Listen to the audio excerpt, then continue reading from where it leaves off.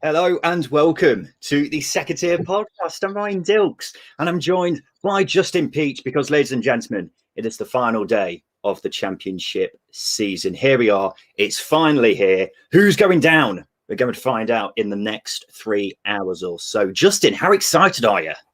I'm beyond words. Let's be honest with you. This is madness personified. Not only is my team involved in it, but I'm also able to get as involved in it as a neutral host as well. It's fantastic. It is fantastic. We've got the team news out. We'll have a quick look at that in a sec.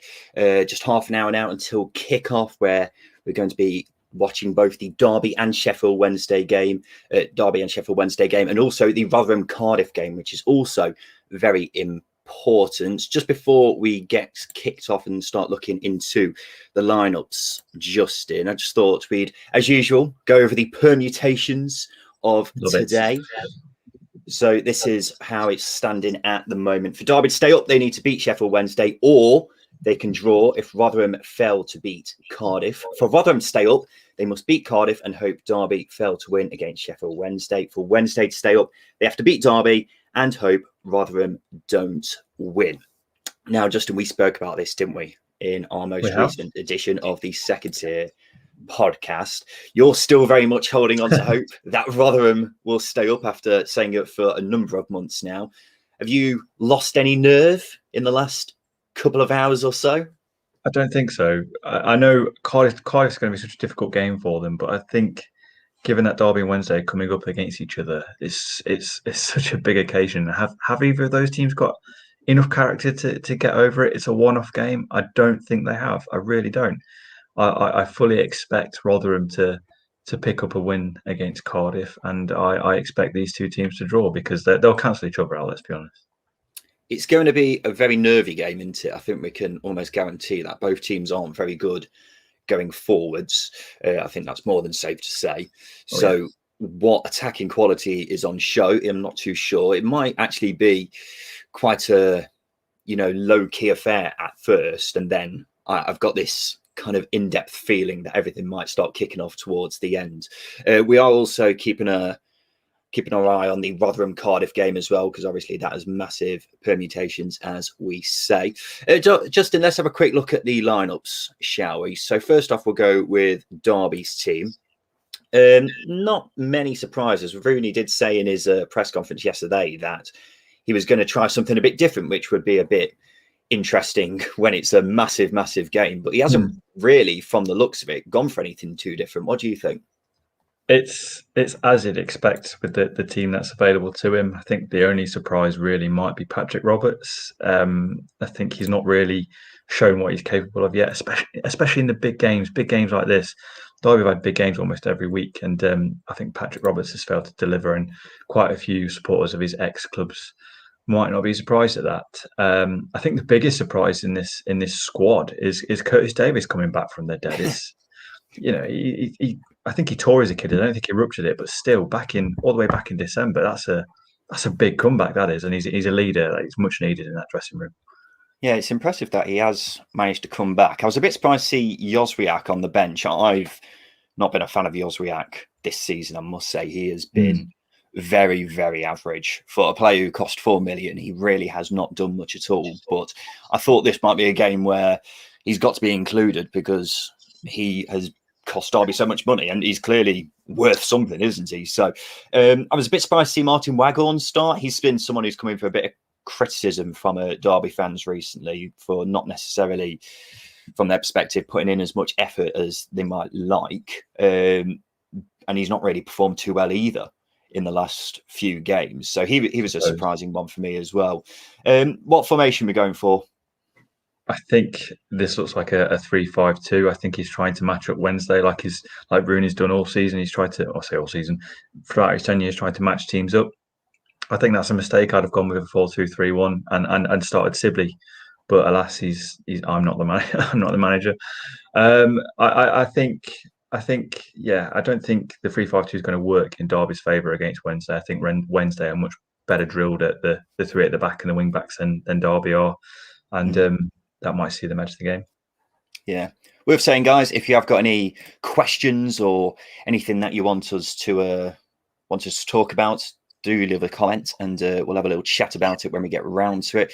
Got a few people coming in already. Elm Park Royals are friends from the Reading podcast. Justin, where are you more excited to watch Derby next season, Cheltenham, Accrington, or Morecambe? You know what? Morecambe is it's a seaside game. I love a seaside game. I've been to Accrington already. It's a nice little ground. Cheltenham, I've not been to Cheltenham yet. So I think all three of those, to be honest, are very high up on the list. Morecambe being a seaside town, some chips up there, bit tip top, wasn't it? You're really selling it. I've been Accrington as well. Accrington's quite a nice, cozy ground. It's very old fashioned, a very old fashioned place, Accrington, isn't it? Cheltenham is a lovely town. I love Cheltenham as a place, but I've never been to the actual football ground, so that'll be a new experience if we were to visit there. David, thank you for your comments on the Rover shirt in the background. It is very Chris Samber-esque. As always, guys, send in any questions that you've got, anything you want us to discuss, and we'll get round to you as soon as we can. Justin, let's have a quick look at the Wednesday team, shall we? So this is what we've got. What have you made of this team? Again, it's as you'd expect. There's a bit of steel in there with Pilipasi coming in. Bannon's going to pull the strings. You've got Patterson, Windass, and Rhodes. It'll be interesting to see how they line up, but it very much looks like an attacking, I don't know, a 3-4-3 I think it's three at the back, isn't it? It certainly will be three at the back, but I'm trying to work out who's going to be up top because Patterson's been a useful asset, I think, this season for Wednesday. He scored some important goals. Got the winner against Derby back in December. Or it might have even been January. Windass has proved his worth. So is he going to play in and around Patterson and Rhodes? And obviously Rhodes is a box legend, isn't he? He scores goals in the 18-yard box. But yeah, it's as you'd expect. I think Liam Palmer and Adam Reach are going to add a lot of width and put in a lot of balls for this Derby defence to deal with, and that's something they're not very good at, is dealing with crosses. Yeah, it's a 3-4-3 from the looks of it, because that's what Wednesday have been going with recently. Interesting to see Andre Green not playing, because he's been someone who has been in the starting lineup for Wednesday quite recently. Has done fairly well considering he was AWOL for a good couple of months. So that was an interesting one to see him not playing, and I'm guessing I think it's going to be Patterson and Windass playing off Rhodes. Potentially, but I think just on that, actually, I think the likes of Goswett being on the bench for Derby and Sibley, and obviously Green being on the bench and Harris being on the bench for Wednesday, I think subs are going to be really important in this game, because I think at some point some life's going to need to be injected into it, and those players can provide that at a whim. So I think the subs are going to be, it's such a cliche and I hate saying it, but they're going to be important in this game because of how bad they are. Both teams are very bad at going forward.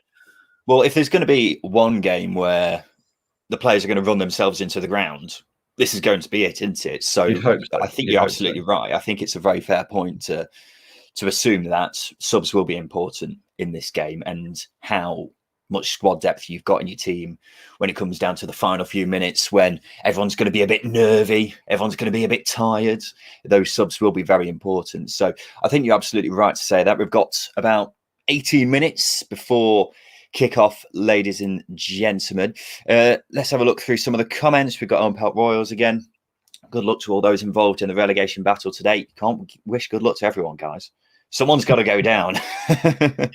Actually, only one team is staying up, aren't they? So two teams have got to go down. If Derby do stay up, do you think there's any signs that they won't be in the same situation next year? Liam, that is a very fair comment. And it's something we've been saying, actually, that whether Wednesday or Derby, if they do stay up, I fully expect them both to be in a relegation battle next season, because the clubs are just so poorly run that it seems like this is just going to be an ongoing saga until something happens behind the scenes. Do you agree, Justin? Definitely. I think whatever happens today for Derby, for example, tomorrow's got to be, you start fresh, you start again. The ownership situation at Derby, it's going to take a long time to get resolved. I hope the Alonso deal doesn't go through. If it does, then there's planning that needs to be done. But yeah, you're absolutely right. I think because of the way the teams are, the way the squads are, Derby got so many players out of contract. Wednesday are going to be losing players. Liam Shaw's going to Celtic, for example. Yeah, these teams are in trouble next year if they stay up, if they don't get their fingers out, shall we say? Yeah, I think I'd go as far to say that the team, if Derby or Wednesday do stay up, I think they'll both be the favourite to go down next season, Absolutely. even less so than Peterborough or whoever gets promoted from the League One playoffs. Or they could pull a Barnsley. You never know. I can't see it happening, Justin. Just because I wouldn't be surprised if Rotherham do stay up. I wouldn't be surprised to see them do kind of what Luton and Barnsley have done this season, where they go on and progress. These two clubs are just in such a mess behind the scenes that I just can't see anything else, unfortunately. It is worth saying, while we're talking about the mess at Derby, fans have been at the ground already this morning. This is the scene that we saw at Pride Park earlier. What does it say? Leave everything on the pitch is all we ask. Come on, Derby. Quite a few people there, as you can see. And from what I've been reading, Justin, on the Derby Twitter, if Derby were to stay up today, there'll be protests. And if Derby go down, there's going to be protests, even more so than if they were to stay up. So it seems like there's going to be a bit of action at Pride Park outside of the stadium as well. Absolutely. I think I was on the Forest All Over podcast this week. I think fans, especially after the European Super League saga, I was saying that fans have almost a duty to call things out now. I think it has to be done. I think having fan representation in amongst the hierarchy of football clubs needs to be done, because it's our clubs. It's nobody else's club other than ours. And I think the poor management of certain teams can lead to desperate situations. We've seen Wigan, we've seen Charlton. They've crashed and burned, and they've had to start again to some extent. So I think fans have a bit of a duty to voice their concerns, and it's an absolute right to do so, as long as it's safe, obviously. As long as it's safe, yeah. As we saw with the Man United protest the other day. Let's hope that doesn't happen on this occasion. But I think there's definitely going to be some sort of demonstration at Pride Park later, whatever happens in this game. But let's stay with the on-pitch matters at the moment, Justin. Wayne Rooney was talking in his press conference yesterday, an interesting press conference as usual. He said to the players, if you don't want to perform in this game, then get out the door. Very David Brent-esque, isn't it? But he is right, isn't it? This is a chance for these players to fight for their futures. But at the same time, it's got to be pointed out, plenty of these Derby players are out of contract in the summer. I'm looking at the likes of Waghorn, Wisdom, and some players are only on loan, the likes of Edmondson, Clark. So, I mean, they're all professionals, but they're not necessarily fighting for their own futures, are they? I guess not. I mean, players like Waghorn, they're going to have suitors. Wisdom's, they're both at good ages, really, where they can probably get a contract elsewhere. But it absolutely needs to be done. He needs to call it out, and he's right to say, if you're not up for it, don't bother coming. I mean, what footballer's going to say that? Yeah, I don't fancy this. Sorry, boss. Let's be honest. Imagine if someone actually said that. Yeah, I don't fancy this, mate. Then he just walks out. Equally, Wednesday, I've also got players out of contract, like Jordan Rhodes is one particular example who I'd be very surprised if he actually did sign a new deal if Wednesday were to go down, because he is on massive, massive wages, isn't he? Yeah. Justin, you say Rotherham, you fancy them to stay up. So what you're expecting in this game, the Derby Wednesday game, we will talk about the Rotherham game very shortly, but you reckon it's going to be nervy. What kind of scoreline are you thinking? I'm going to go low scoring, and because of that Rotherham, I can't really say. Well, I think Rotherham. I think Derby will win. I think Wednesday will win. I don't think either team will win. I think it'll either be a terrible 0-0, or it'll be a very entertaining 1-1. I just can't see either of these teams being remotely interesting. They haven't been all season. So I think it's going to be a bit of a bore fest, which we're going to make a lot better. I reckon it will be a bit of a bore fest early on, and then in the last 20 minutes or so, when the nerves really start kicking in. When Rotherham take the lead at Cardiff. That's when shit starts hitting the fan, so to speak. Go for a few comments then. Bedrock Social Co. Thanks for the love show, lads. Watching from down under. Thank you. Oh, live. There we go. that makes a lot more sense. No problem. No problem. What else we got here? Who are you predicting to win the playoffs? Asks Alex. Alex, that will all be answered very soon when we do our playoff previews, which are coming up very, very soon. Not going to lie, I was expecting a proper fighter pilot Tash, Mr. Peach. Justin, what have you done with your Tash, mate? I trimmed it. It's got to a point where I was waking up in the morning and the hairs were up my nose and I couldn't deal with it anymore. And I also pulled some food out of it, which is absolutely gross. But that's really gross. Yeah, but that's the life of a mustache, isn't it? I'm disappointed. It got to a point where it was twiddly, but we go again. We go again. Sumo again. I love the Derby Day, but I also want you to feel the pain of League One when you are everyone's big, whatever that means. I'm guessing Sumo is a Forest fan on that camp. If you were a Forest fan, you'd want Derby to stay up, wouldn't you? Because the Derby Day is the one day that you look forward to every year, isn't it? The best outcome. I think it would be good for one of these teams to spend a year out of the Championship just to light the fuse a little bit, because it's got to a point where it's not as it's not I don't get as excited anymore, and I think that's because it's expected. Whereas if you take a team out for a season, it builds up the excitement. But I think the ideal scenario for Forest is they go down, they spend a year in League One, they come back up again, and it's all to play for the following season. That's the ideal scenario. But there'll be some Forest fans who want Derby to go down. They want to see tears. They want to taste the salt. They want all of that, don't they? I suppose. Keep the comments coming in, ladies and gents. Justin, let's talk about the Rotherham-Cardiff game then. We spoke about it in Thursday's episode where we were previewing the final day of the season.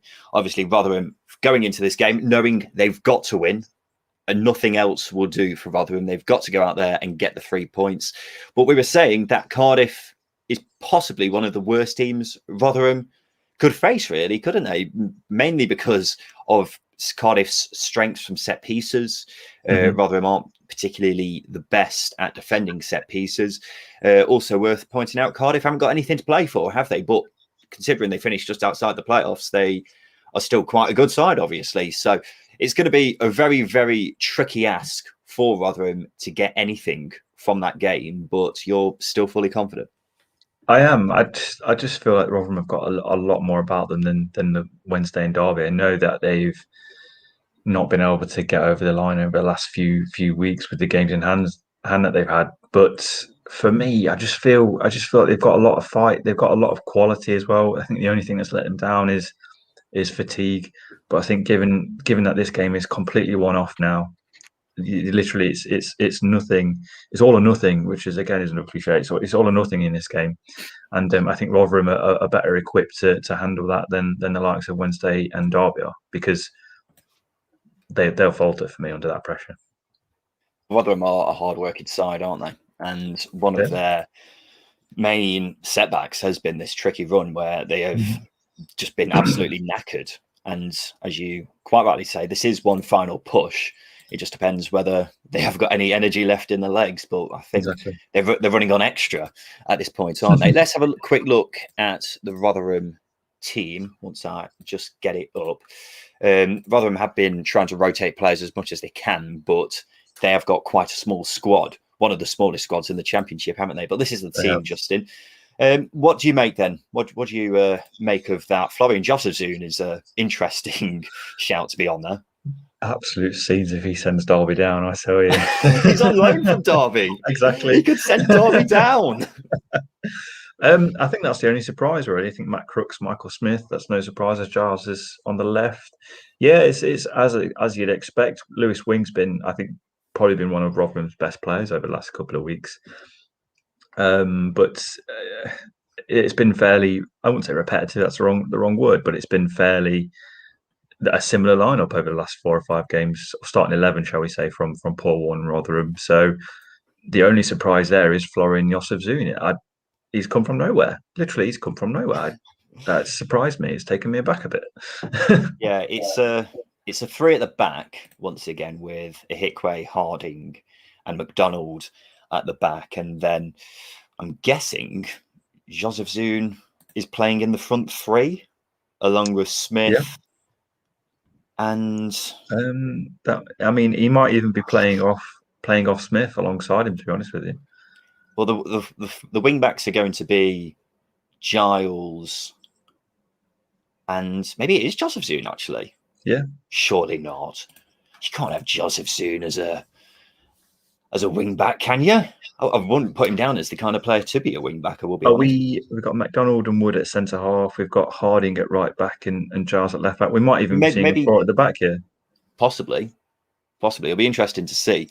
We are keeping an eye on that game, of course, ladies and gentlemen, because it is still a massive, massive one in the grand scheme of things, but a very similar lineup to what they have been playing recently. A bit surprised to see Barlasser on the bench. Barlasser is someone I'm a bit of a fan of, and Ola Sunday as well, two players who I expect to be possibly in the Championship next season, whether Rotherham are or not.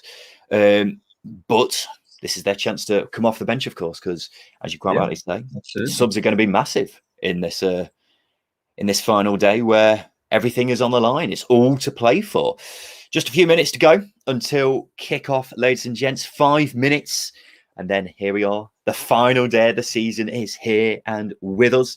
If you are watching, make sure you leave a comment and we'll try and get around to any questions, anything you want us to talk about over the course of the 90 minutes. How are the nerves, Justin? Asks P.W. Johnson, quite rightly. You know what? I'm not too bad. I'm quite relaxed. Probably more relaxed than I should be. But I think because there's bigger things on the horizon for Derby, like potential insolvency, I don't care what league they're playing in next season. So yeah, just hope I've got a club to support come August, and potentially in League One as well. It's going to be interesting to see what Wednesday team turns up, because that's one of the problems with Wednesday, isn't it? Really, they are a very inconsistent side. Every so often they'll pull out this magnificent performance out the bag, like we saw against the Cardiff game, which was one of the most bizarre results I think we'll ever see in the Championship, because it just completely came out of the blue. But Wednesday are capable of doing that, aren't they? They've got ability in the squad. It's not been consistent enough. They've not shown it consistently enough, shall I say. They haven't really shown up to the fore often enough. The experienced players that they've got should be doing a lot better, really. I know we've said that the Wednesday team is quite poor, but you've got Tom Lees, who's a seasoned veteran at centre half.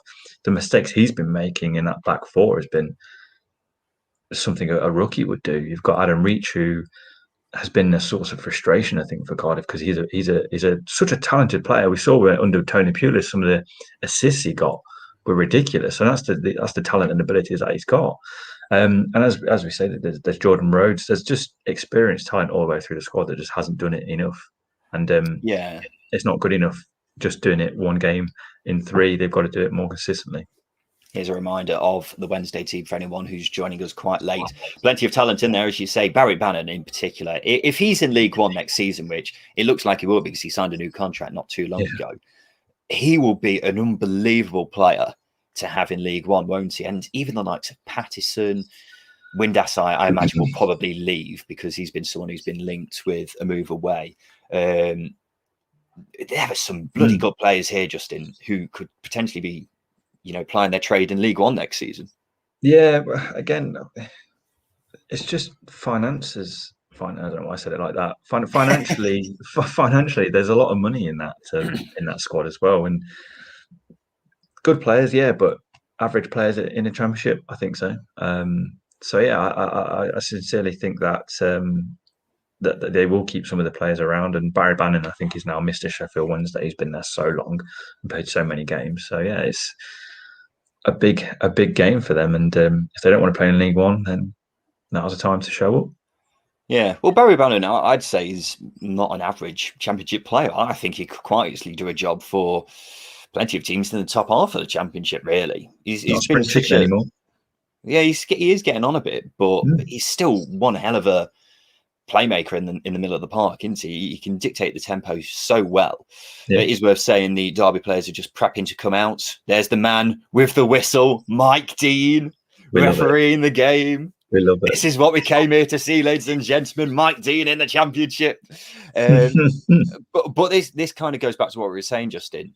And it's important to have, an experienced official and brilliant official in the middle of proceedings, orchestrated things, because it could come down to, these really important decisions. And what we've seen with Championship refereeing this season, Mike Dean, I'd much prefer to be in charge of the game. Yeah, I'm a little bit more cautious. The example I gave was whether or not he's equipped to handle being without VAR. But the other side of the coin is I think you get away with quite a few more things in the Championship than you do the Premier League. I think the Premier League's a little bit softer, shall we say? Not that much different, but I think you can get away with as much. So I think he's going to be that sort of ref that, the small niggly fouls he's not going to let go. Which in a game like this where the teams are really, really crap, you need the game to flow a little bit, and I don't think he might allow that. Bournemouth shorts are incredibly low. Yeah, well, the players are just coming out now, ladies and gentlemen. If you're not watching the game, they're just lining up, and Graham Shinney's already very fired up. I can tell that because he's not stopped bouncing for the past 10 minutes. He's had his own crusade. They are, I was going to say shaking hands, but they're not shaking hands, are they? They're just walking past them, glaring them out. We may as well bin this off, surely. What's the point in this? What is the point? I suppose this is the last time we're going to see it, isn't it? Yeah. But just before we get things kicking off, ladies and gentlemen, the Rotherham game has kicked off. We'll be kicking off very shortly at Pride Park. Here are the last-minute permutations. For Derby to stay up, they need to beat Sheffield Wednesday, or they can draw if Rotherham fail to beat Cardiff. For Rotherham to stay up, they must beat Cardiff and hope Derby fail to win against Sheffield Wednesday. For Wednesday to stay up, they have to beat Derby and hope Rotherham don't win. So essentially, Derby win means everything's over. We didn't have anything to worry about. If Derby don't win, that makes it a bit more interesting.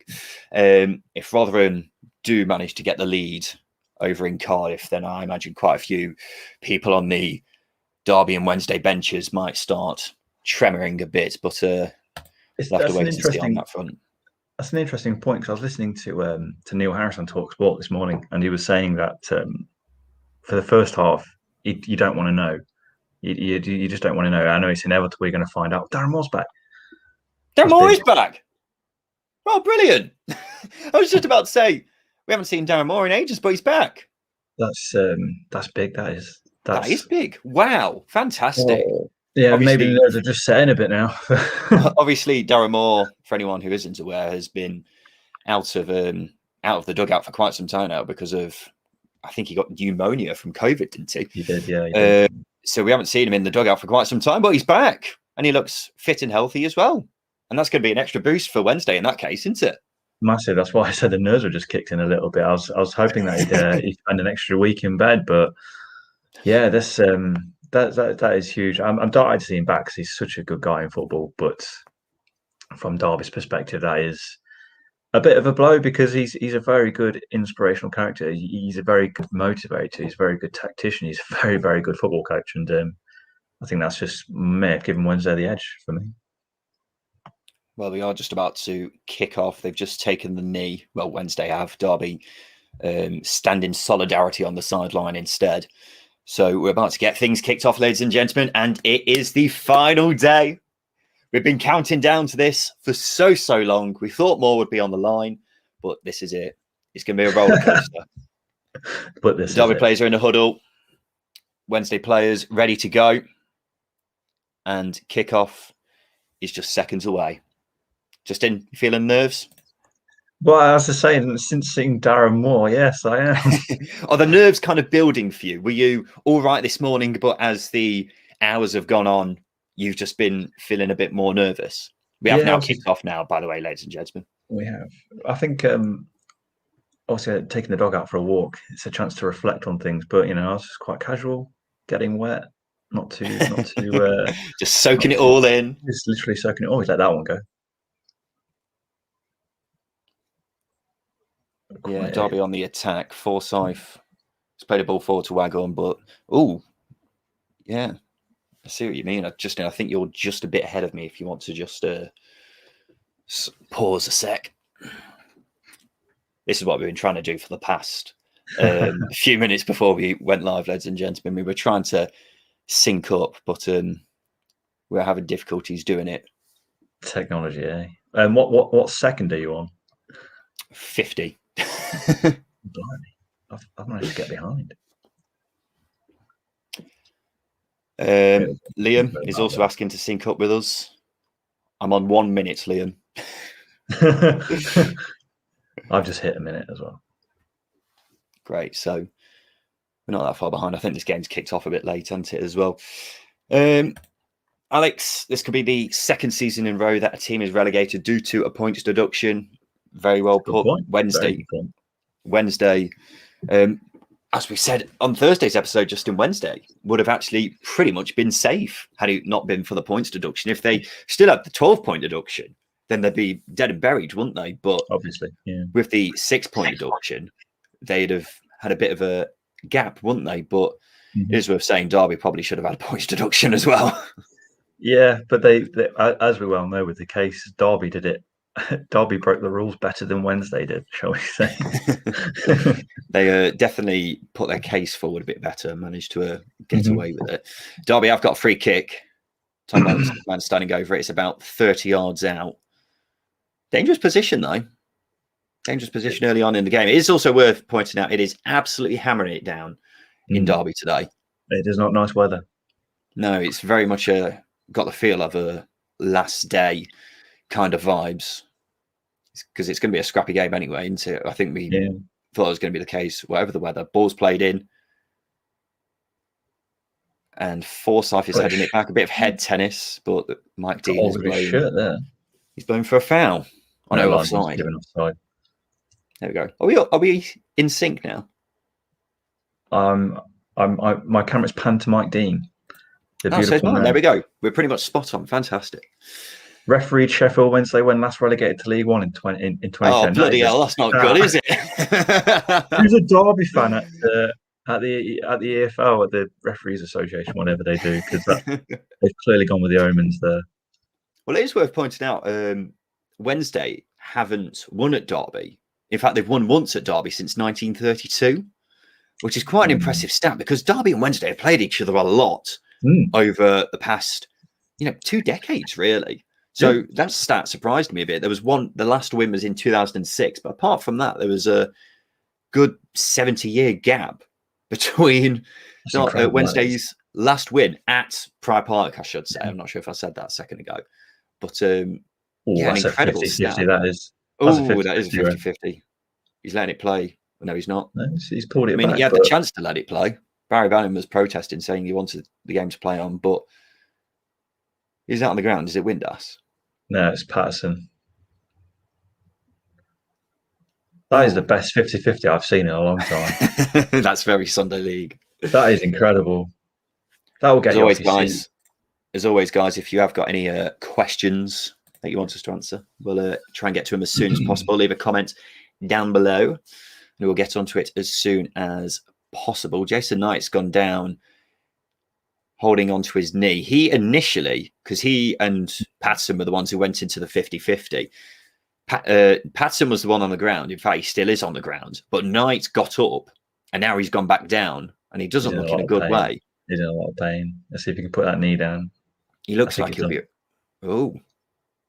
I think he's done some damage here. This isn't ideal for Derby, because Jason Knight, despite being a youngster, has been quite an important player for Derby this season, hasn't he, Justin?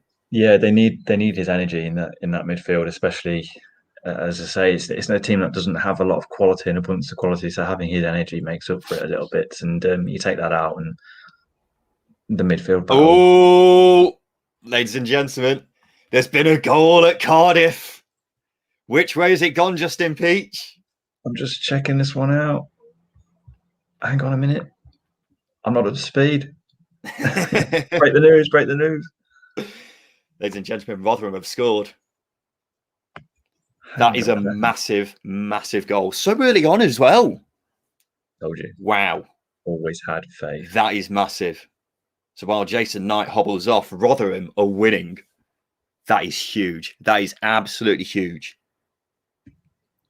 Justin, you're going to have to give us an update on what's going on at Rotherham. In the meantime, we've got Wednesday. They've got a free kick quite deep into the Derby half. Barry Bannon's going to whip it in. And it's headed across. Patterson got something on it, but Derby now have a chance to break away. And it's Byrne. This is a decent attack for Derby, but he's brought down. And it's going to be a Derby free kick. What's going on at Rotherham, Justin? I'm still trying to find it out. I haven't got a Scooby. Well, as it stands, here we go. As it stands, this means Rotherham are staying up. And they're just showing the goal now. The ball's played in. Lewis Wing. Headed away. Lewis Wing! What a strike that is. What a strike. He's been threatening to do that for some time, hasn't he? Lewis Wing. Yes, I told you. He's been such a key player for Rotherham over the past. Well, he's probably been their best player over the past 5 or 6 games, and for him to pull that out is not surprising. Really, he's such a good player. Well, he's unbelievable at scoring from distance, isn't he? He's probably one of the best long shot takers in the Championship, quite frankly. And he's come close quite a few times to scoring from distance. He got that free kick in the draw last weekend, didn't he? Mm-hmm. The equalising one, which would have actually seen Rotherham relegated had they not managed to score that. But here he is pulling out one head of a strike. First time volley, edge of the box. And that means Rotherham are staying up as it stands. So Derby now and Wednesday. Actually, Wednesday, it doesn't matter because if Wednesday... Oh my God, that was close.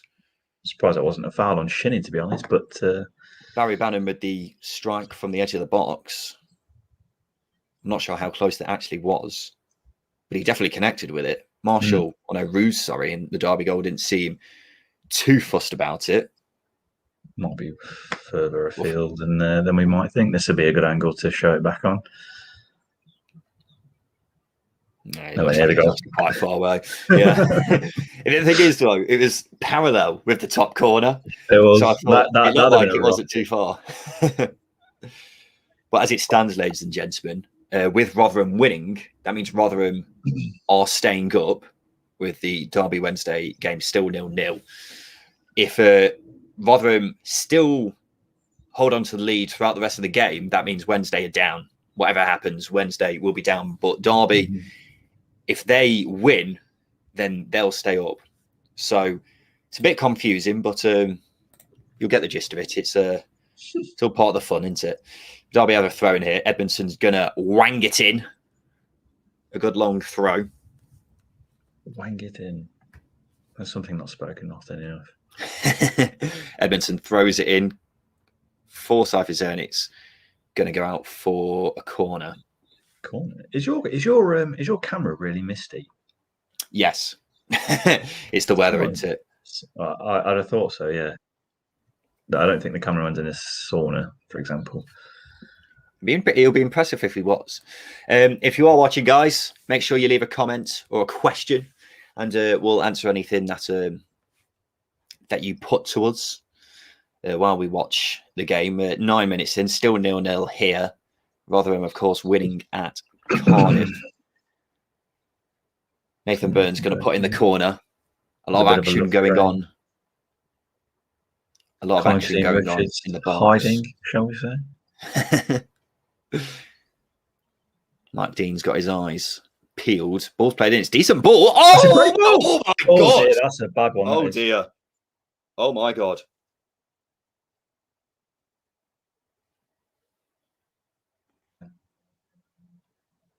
Well, basically what's happened is Martin Waghorn's down. The corner was played in. The ball was flicked on. Waghorn was at the back post. Decent chance to score, but in the process, Waghorn has gone absolutely flying into the post. Into that post, yeah.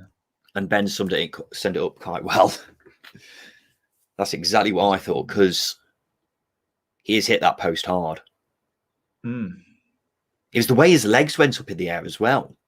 Yeah, literally clotheslined by the post. That was hard. and quite concerningly, Waghorn hasn't moved. Okay. There's a bit of concern here. The Wednesday players were instantly waving over the physios. He is moving now. He looks like he's slowly getting up. But he bloody went into that, didn't he? He did. He did. It was literally a clothesline, wasn't it? It was a meaty contact with the post. There's no way of describing it really. Yeah, that was a bad one. That was. It's a good thing it's not the old metal posts that you used to have at Sunday League level. The squared ones. Yeah. That are slightly rusted, yeah. Sumi's right. It's like in wrestling with the steel turnbuckle. God, yeah. It's good. It is going to be interesting because he does make another good point that the concussion protocol, we're going to watch it again here. I've gone, oof. I'm sort of. I don't know. Actually, I'm sort of hoping that. I don't want to rewind it as well because we'll lose where we are. It took us half an hour to get it level. But I'm not sure if he went in head first though. It looked like he like hit it with his chest, if you know what I mean, or like that's the top of his chest. That's what it looked like. And if that's the case, he might be all right to carry on, but they're just checking if he has got any concussion, any signs of a concussion. And I tell you what, if we're talking about football fairy tales, this is going to add some time on at the end of the game. Well, end of first half anyway. It's Mike Dean. He wants a bit of drama, he does what he wants. 6 minutes at the end, please. Just trying to check out what's going on in the Rotherham game. Yeah, it's still 1-0 over there. Have you got a live feed to the Rotherham game? No, I've got notifications up. I'm on live text, which I've not followed live text for a game for about 10 years. Actually, can I watch the Rotherham game? I'm not sure if I can. No, I can't. I don't know why Sky haven't put that on. It's probably on the red button, isn't it? Let me find out. My red button is firmly on the Derby game. It does look like Joswiak is going to be coming on for Waghorn, who, from the looks of it, won't be playing anymore, and that might be the last appearance he has in a Derby shirt. Potentially, yeah, which is pretty sad. He's been a very good player. I'm hoping that. I mean, if he was conked out clean, then yeah, he's off surely. But concussion protocol, yeah. He's walking off the pitch, and he doesn't look too rosy, for being honest. It looks as if he's coming off. That would be the or is right he? Decision. We'll find out very shortly. For the meantime, Derby are down to 10 men. In fact, he's just come back on. Yeah, he's back. You know can you remember the Jan Vertonghen incident? I can't remember who it was against, but he took a knock to the head, and about 5 or 6 minutes later, his knees got wobbly. Well, he collapsed, didn't he, on the exactly, side. and it's. I mean, we don't know if he was knocked out clean or whether he was just nursing a very hard contact to the chest with the post. I don't think he hit it with his head, did he? But thankfully, he's all right. It is worth saying that was a massive chance for Derby. Yeah, that's gone unnoticed a little bit. I mean, rightly so. But yeah, that was huge. That was he was always on the back foot with it. I mean, that's why he hit the post so hard, because he was sprinting to that ball. But I think Wayne Rooney's got his answer in terms of players being up for it, because that is the definition of up for it, isn't it?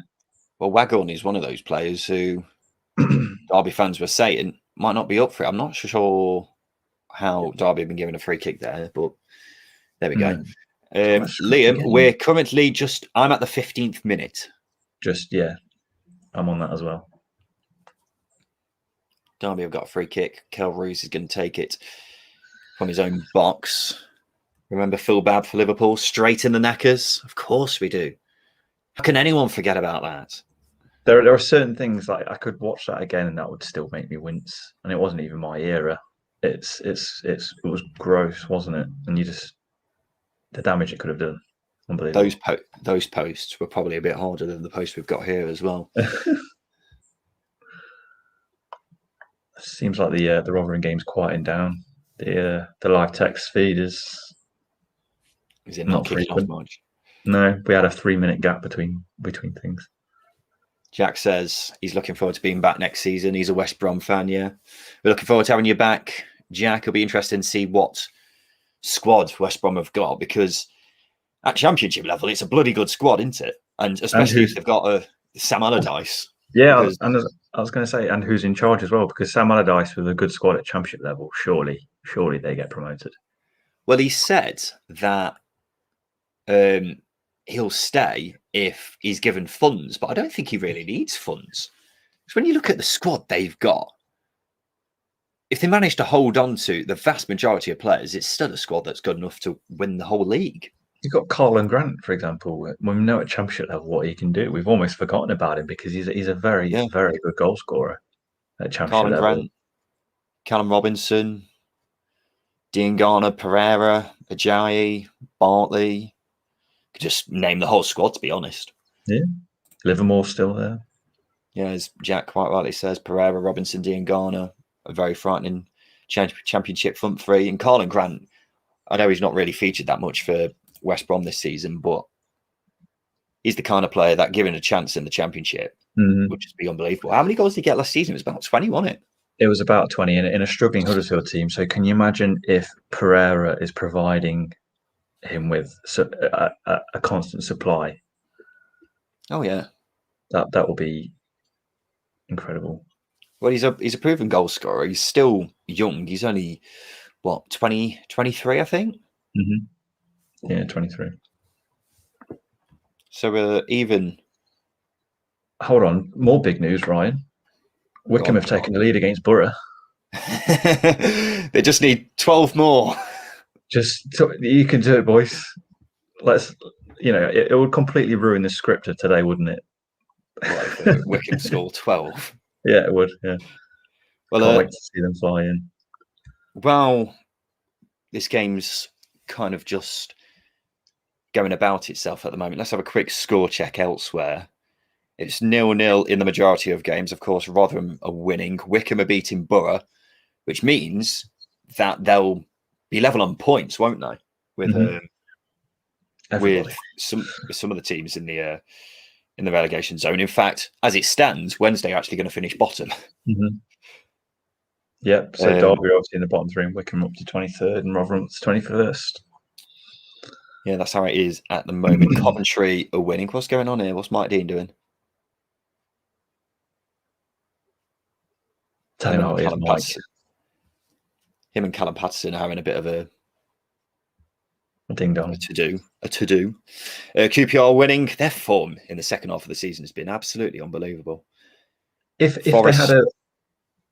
Go on. I was just going to jump on QPR. If they were going to have if they would have had a remotely... Just a fine first half of the season, they'd have been in a shout of a playoff place, to be honest with you. Well, they were on the edge of the relegation zone, weren't they? I think exactly. At the turn of the year, they were just outside the relegation zone and looked like they could be in a bit of trouble. But since then, they've just been ridiculous. Kieran Westwood was very close to the edge of his box then. Forest are beating Preston. I'm not sure too many Forest fans are actually going to be watching that game. Reading are drawing 1-1 with Huddersfield. And that is about the gist of it elsewhere in the Championship, ladies and gentlemen. We've got our East Easy, Sup, from the States. Sup. Glad to have you on board. I'm not sure what time it is over in the States at the moment. I imagine it's quite early, isn't it? Depends if it's Eastern or Pacific. You don't know. That's referee. That's a booking, that is. Derby on the attack here, but Mike Dean's now called play back for a foul on, is that Roberts? It was Tom Lawrence, although the short back insides that everybody's having nowadays makes them all look similar. Yeah, it's Tom Lawrence. It is Tom Lawrence. That's probably a foul from Pelupusi. Callum Patterson and Mike Dean are having a right good discussion, aren't they? This is not the first time we've seen them chatting today. 7:53 a.m. in America. It's not as early as I thought it was. I thought it'd be even earlier. It'd be a nice experience watching football with your cereal, wouldn't it? Hey, I did it when I was in America. I remember watching. You remember when Man City absolutely smashed Watford like 8-0 Yeah. last year? Yeah. I was watching that game when I woke up. It was such a bizarre experience, just getting up and that game being on TV in front of me. James C. Roberts giving us an update from the Cardiff game. Fair play, Rotherham are right up for this. Can see them doing us 3-0. I told you. I don't want to be that guy, but told you so. It is worth pointing out, Derby, if they manage to get the win, then the Rotherham result does not matter at all. Of course, you are listening to the second tier. Actually, you're watching the second tier watch along with me, Ryan Dilks, and Justin Peach. This is the relegation battle final day. We're currently watching the Derby Sheffield Wednesday game, but it seems like it's all cracking off at Cardiff at the moment. It is. I'm just that was a bit of a red arse for Wagon from Coningston. It was a cold day as well. It's the sting of that. Yeah, just building on from what Connor was saying about Cardiff Rotherham. Rotherham have had quite a few chances in the last couple of minutes. Matt Crooks won a corner. Richard Wood missed from 6 yards out. Big chance. It was a header from a set piece, which we didn't expect to see them threatening from. So yeah, Rotherham well up for it. Well, this is it, isn't it? This is the final push over the line. No matter how tired they are, this is the game where everything just comes down to it. They've got to get the 3 points out of the bag, and I think that's all the motivation they need. Got some more updates from elsewhere. Gloved Maniac, goal Barnsley, the Mr. Nicholson, Barnsley beating Norwich, Woodrow. That actually has an impact on the playoffs, doesn't it? Because, of course, there isn't much else going on in the Championship, of course, today. Derby have just got a free kick, and that is one of the worst free kicks I've ever seen in my life. There isn't much going on. There isn't much else going on elsewhere in the Championship, of course, because it is just the relegation battle that needs sorting out. But they are also sorting out who's playing who in the playoffs. We know Brentford are going to be finishing third, whatever happens. As it stands, Barnsley will be playing Swansea. And then that means Bournemouth will be playing Brentford, which is a right old ding-dong, isn't it? I mean, we'll talk about it in more depth in the preview episodes that we do in the coming week, Justin. But I look at Brentford and Bournemouth and see them as the two strongest teams in there. They have to be. Just on squads and experience. They've got Premier League experience at Bournemouth and the quality at Brentford. They've got experience of championships and they've got some top quality players in there that we know.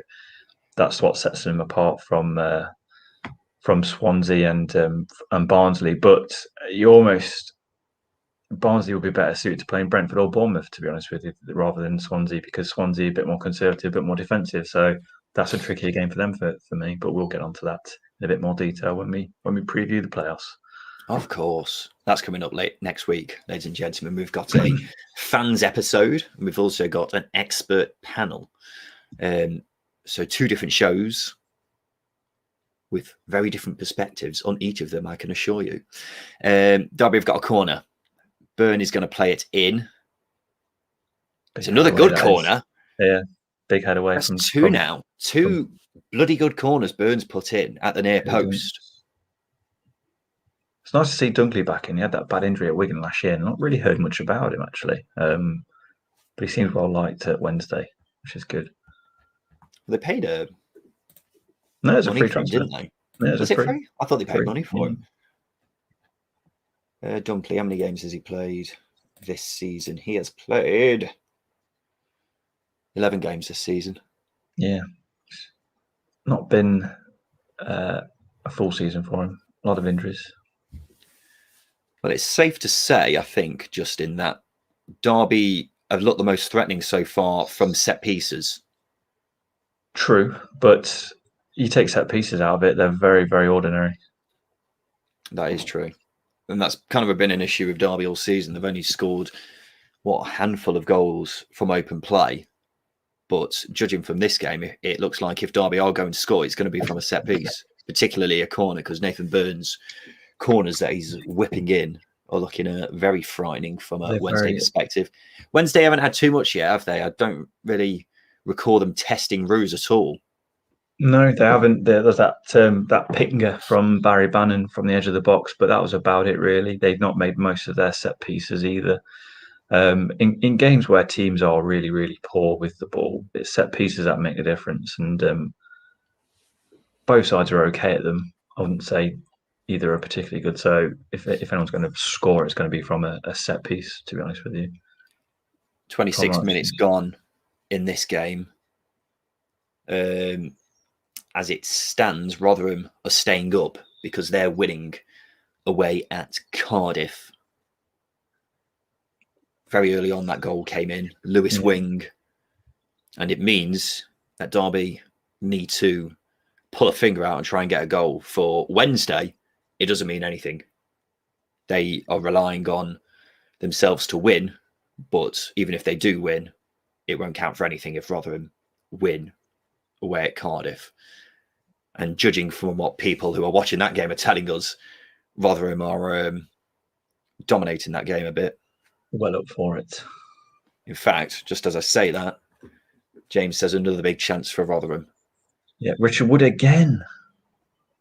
Which is not good news for these two teams who are playing here. And this game is a bit scrappy so far. I know Mike Dean is the referee, but there's been plenty of fouls going around, haven't there?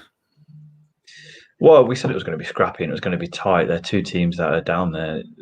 It just becomes a cliche when you say it, but yeah, they're not going to be very good with the ball. So they're going to kick it long and try and win the second balls, which is one thing that Rotherham are very good at, which is probably why they're currently the better team out of these two. We have had a couple more goals going elsewhere. Mr. Nicholson has provided us with an update.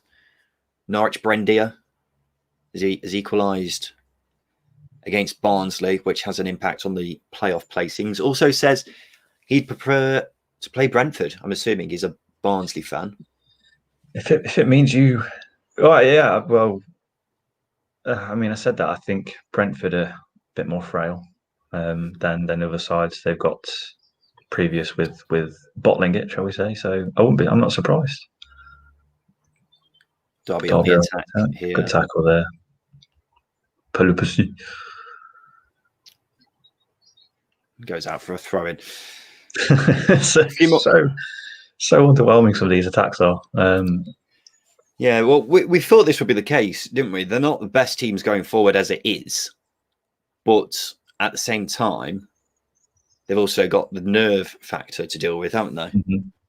What you need is, and hear me out here, mad permutation suggestion. You need Rotherham to get a second, and you need if Rotherham get a second, then I feel like this game could really burst into life. Exactly, very much going. Well, that's a good ball. Oh, he's offside, is he? Back, yeah, a couple more goals. Go on. You need to stop interrupting me, Justin.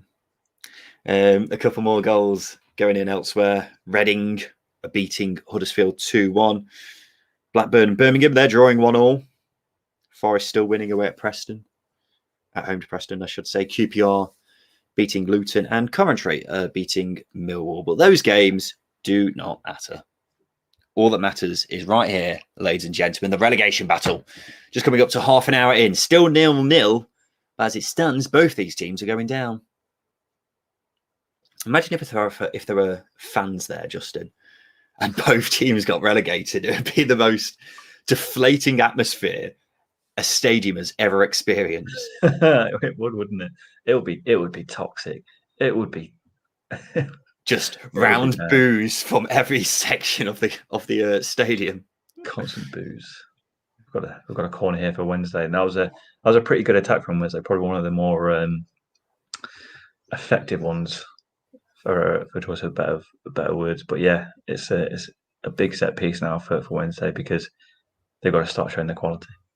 Bedrock Social Co. 2 massive chances for Rotherham. It sounds like they are absolutely dominating Cardiff at the moment. They are. Which is a surprise, because even though you thought Rotherham would stay up, we thought Cardiff would provide them with a pretty stern test, but it doesn't seem to be the case at the moment. Keep providing us with updates, guys. James C. Roberts, Rotherham should be 6-0 up, but it will finish 1-1. Here's a question for us from Gavin. Win or lose, is this Wayne Rooney's last game as Derby manager? That's a good question. What if Derby lose? Will it be Rooney's last game, do you think? I think Rooney has to walk if Derby lose, given the fact that he's guaranteed 3 times that Derby will stay up. It's like me, guaranteeing 3. Like, I'm always late for. It's like you guaranteeing Rotherham will stay up. I'm not guaranteeing it. I'm very confident they will, but it would just make me look like a mug, and I'm just a nobody expert on Championship football with the podcast. Rooney's a Championship manager, and he's I wouldn't say he's broken his promise, but he's done it 3 times. So yeah, if they lose, he goes. If they win, I don't know, because I feel like if it's a new owner, not Morris or Alonso, then I feel like someone would want someone more experienced in. Yeah, whether Derby stay up or not, we'll talk more about the ownership situation in Sunday's episode, or tomorrow's episode of the podcast.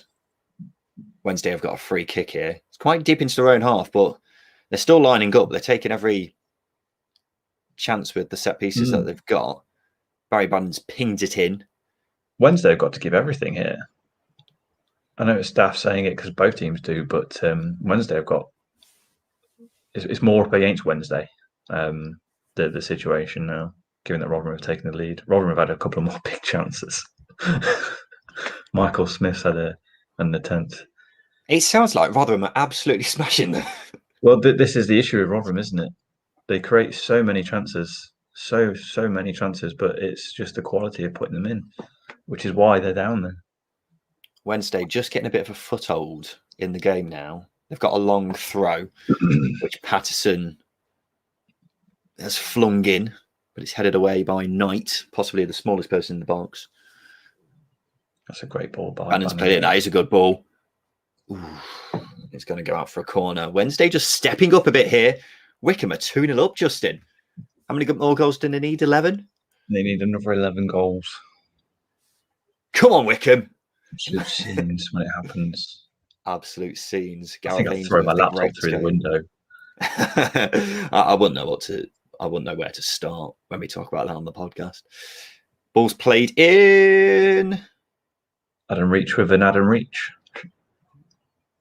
but it wasn't trademark.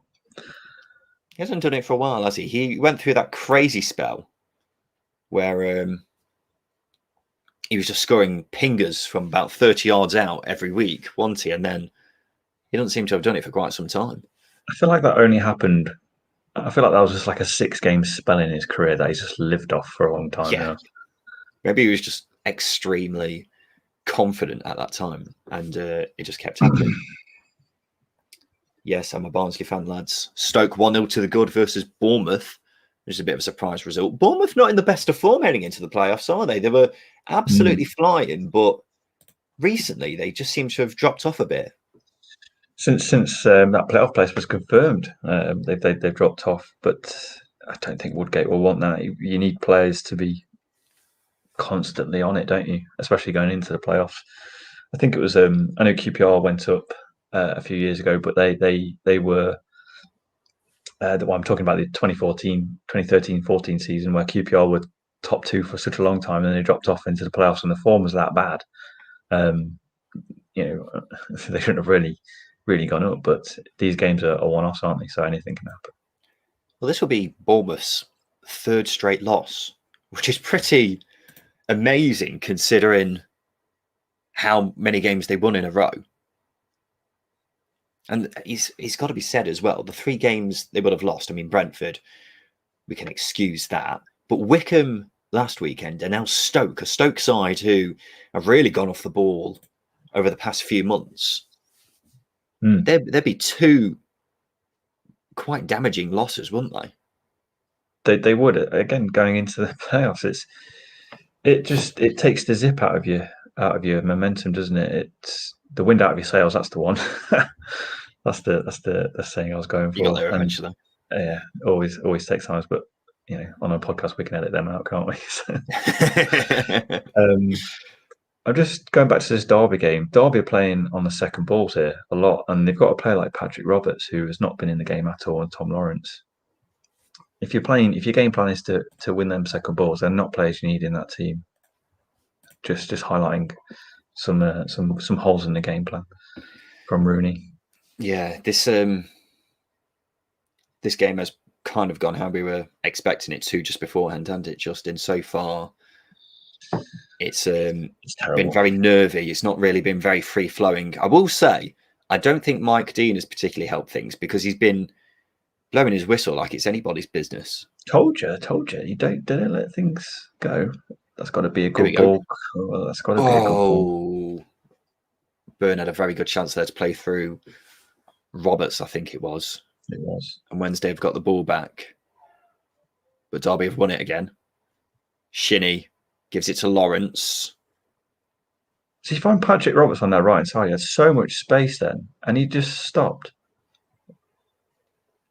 Kazim Richards has got the ball in a decent position, plays it out wide to Roberts. He's going to whip in the ball. Or is he going to have a go? He's having a go. That's handball. Oh, it's good. He's offside. He's offside. Oh. Kazim Richards had the ball in the back of the net, but almost erupted. Almost. There was nearly unbelievable scenes in the Justin Peach household. But this is what he's way offside. Oh yeah, he is. Crikey. Roberts has had the shot, and then it's come off Hutchinson's hand as well. That's great. Kazim Richards has played it into the back of net, but he is a good 10 yards offside. But that's it. It's the surface that you've got here.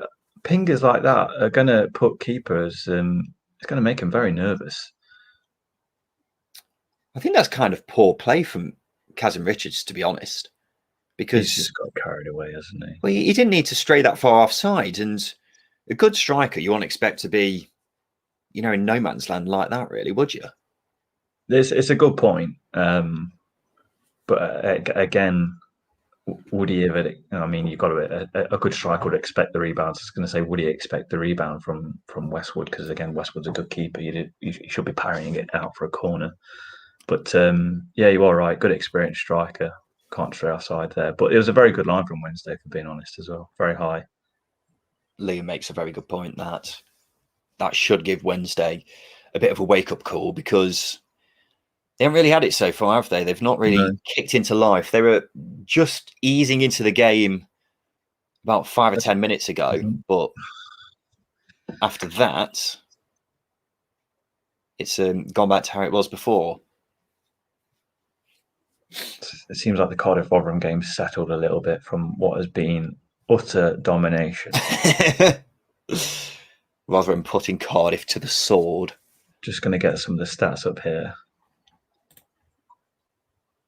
In the meantime, Wednesday have got the ball and they're just knocking it around at the moment. I mean, if we're talking about domination, and it's Rotherham in a nutshell, they've had 8 shots to Cardiff's 1. And they've only had 2 on target.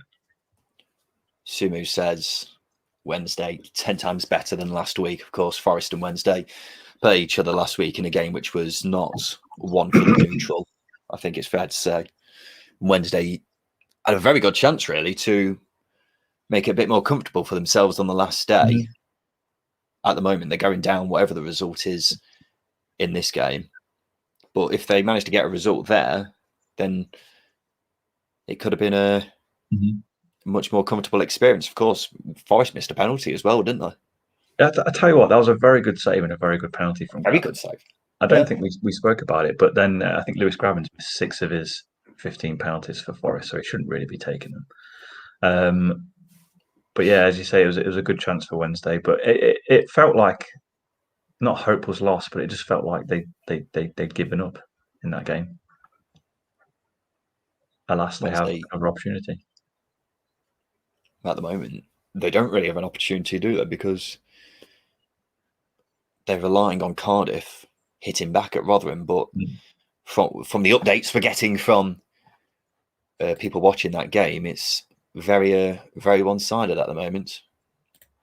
2-1 Barnsley now. Guy Chaplin. There's a name I've not heard for a while.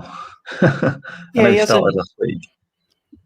He hasn't featured much this season, really, has he? He's not had as good a season as he did. Well, when he first went to Barnsley last season, he was absolutely fantastic, wasn't he? He was a key player for Barnsley. Again, I like Jacob Brown. You'd have thought that clubs would have been in for him. They might have been, but this season he's really dropped off, and we've not really seen the best of him. But perhaps he's coming into form at the right time. Well, they've got plenty of striking options, haven't they? Barnsley, sorry. So even though they do like to rotate them, and obviously, as we all know, they like to do the old 3-man sub after 60 minutes, Chaplin hasn't necessarily been included in those attacking options at times. Lawrence has a go. Going out for a corner. Is it a corner? Like Pan to the referee, cameraman. Come on. Still Watchalong got shafted by the post, says Dan. Dange. Thankfully, he's all right. And so really, that's been the main highlight so far, hasn't it? Because Watchalong going into the post. Well, I meant the actual chance. Because of course, it was by far the best chance of the game. Of course, it was a bit overshadowed by Watchalong absolutely clattering into it, but it was a good chance. Here's another corner for Derby. It's the first poor corner Nathan Burns put in. Derby going to keep up the pressure with a long throw. Edmondson has come over to take it. PW Johnson, I can't believe I'm sat here as a Birmingham fan on last day of the season and we're safe. It is surprising, isn't it? I think had it not been for Bowyer, we'd have been very surprised as well. It's half time now in the Rotherham game, 1-0 there. Derby playing a bit of head tennis at the moment, and Wednesday have a chance to clear. And they've got a chance to break here, actually. Not many men forward with Patterson, though, and Derby have managed to win the ball back. That was one of the slowest one-on-ones I've ever seen. Craig Forsyth and Callum Patterson.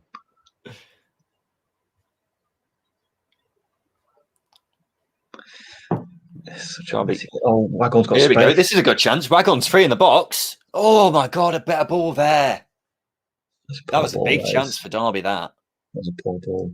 Float that. All you got to do is float that. Massive chance for Derby. Just a dink. CKR had the ball. Wagon was free in the box, but a terrible ball. And it's another chance that Derby have ultimately wasted. Just going back to Bournemouth shorts, which I mentioned at the start of the game, I'm pretty sure he's wearing three-quarter lengths. I'm convinced of it. Wednesday just put in a good ball then, but it's been cleared behind for a corner. Very good ball that from Palmer. Yeah, it's a good defending there by Nathan Byrne, using his experience.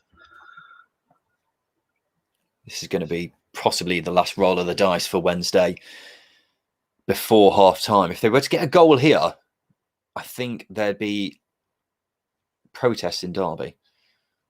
That was a foul. Straight through Lawrence there, Dunkley. He's gone out for a goal kick. Liam asks an interesting question. Where do you think Kazim Richards ends up if Derby go down? I would just imagine him to be in League One with Derby, to be honest. Yeah, he signed a 1-year extension not too long ago. He's been pretty poor since then, if you were to be a sceptic. But no, I think he stays at Derby. Apparently his family are very settled in Derby, which is a surprise because Derby's Derby. I mean, he's been to Brazil and Mexico and Turkey, and being settled in Derby is, compared to them places, it's, let's be honest. It's a good thing you live in Derby, isn't it? Yeah, I can say this.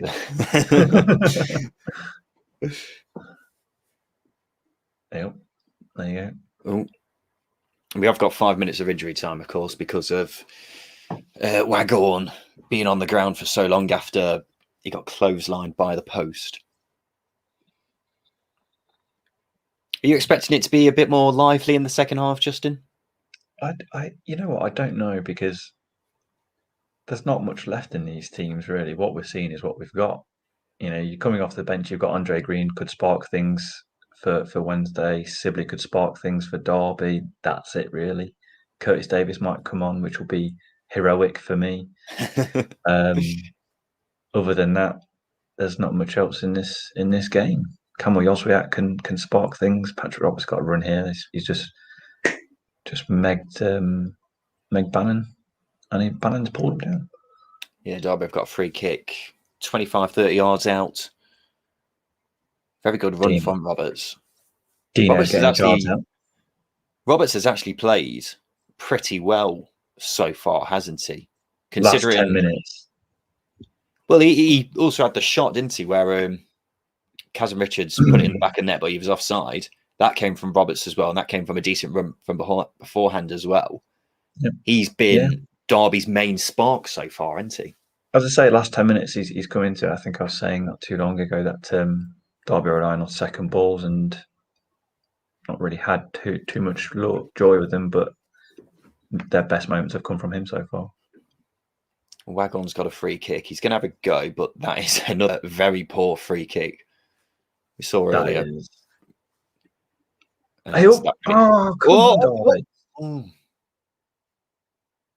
Oh dear, that's not a very nice collision from Lawrence there. He's absolutely taken out Palmer, I think it was. That's it. Go into the dressing room, bitch into each other. That's what we want. Yeah, absolutely no pressure here. Very much so. Actually, no. That's on Kieran Westwood. That is. Just shout keepers. Go through him. Go through him. He said keepers just before he's gone to pick up the ball, gone to catch the ball. He's still moaning about it as well, Westwood. That's incredible. Never the keeper's Justin, fault. you should always know it's never the goalkeeper's fault. I can't believe that. I want them to go into the dressing room having a go at each other. Kept 99 clean sheets in his championship career. Could be his 100th today. That would be bittersweet. Sumo asks, what changes would you make at halftime, Justin, if any? Sack Rooney, hire McLaren. That would be dramatic. That would be incredible. I'd keep it as it is, but oh my! They've scored! Wowzers! They've scored. He's onside as well. It's Hutchinson. Set piece Derby, unbelievable. Sheffield Wednesday are beating Derby. Hutchinson with the goal, and it looks like it's going to count. Derby are protesting, Rooney's protesting, but Sam Hutchinson has pulled it out of the bag. Jordan Rhodes is down injured, but it came from a throw-in. Patterson's flung it in. It's got flicked on by Rhodes, I think it was. Is that Rhodes or Reach? Is he offside? That is too tight to call. You need VAR's millimetre lines there, but that's poor defending from Derby. Really poor defending. That second ball there from Rhodes, got to win that. Wait, it's Rhodes who headed it initially, wasn't it? Saved by Ruse. Hutchinson pokes it in, and then I think he was just offside, but of course no VAR. It's not going to matter. And now that makes it very, very interesting. If I'm being honest, there, I know Kelrose is going to get pelters on social, but I think he's just pulled off a worldy save. I think defenders got to react quicker, and the marking was poor on Rhodes. Very brave header from Jordan Rhodes. Just comes alive in the 18-yard box, doesn't he? He's incredible. Well, what does that mean for Derby? They came into this game as the favourites to stay up. As it stands, well, they were going down anyway, but now the task ahead has just been made all the more tricky. Not really sure what to say. I think that's just sort of hit home now. We might be going on to League One. How are you feeling right now, Justin? Sum up for any of the viewers. Sum up how you're feeling as a Derby fan. I'm not surprised. I think that's it. Like I'm not seething. I'm not angry. I'm just not surprised. This is to be expected. Derby have got. I mean, the marking then is just trademark Derby this season. Experienced players there, Graham Shinney and Colin Kazim Richards, not doing their jobs. It's got to be said, that was, I think, pretty much the first time Wednesday have tested Kel Roos as well, isn't it? Wednesday's only chance, that is. Derby have got a free kick on the edge of the box after Colin Kazim Richards went down for an aerial duel. An aerial duel. It's going to be the last action of this first half, I think. But for those asking, as Liam asks, what it means at the moment is Rotherham are still staying up. But if Cardiff were to equalise, that means Wednesday will be staying up. I think Bourne has got away with one there.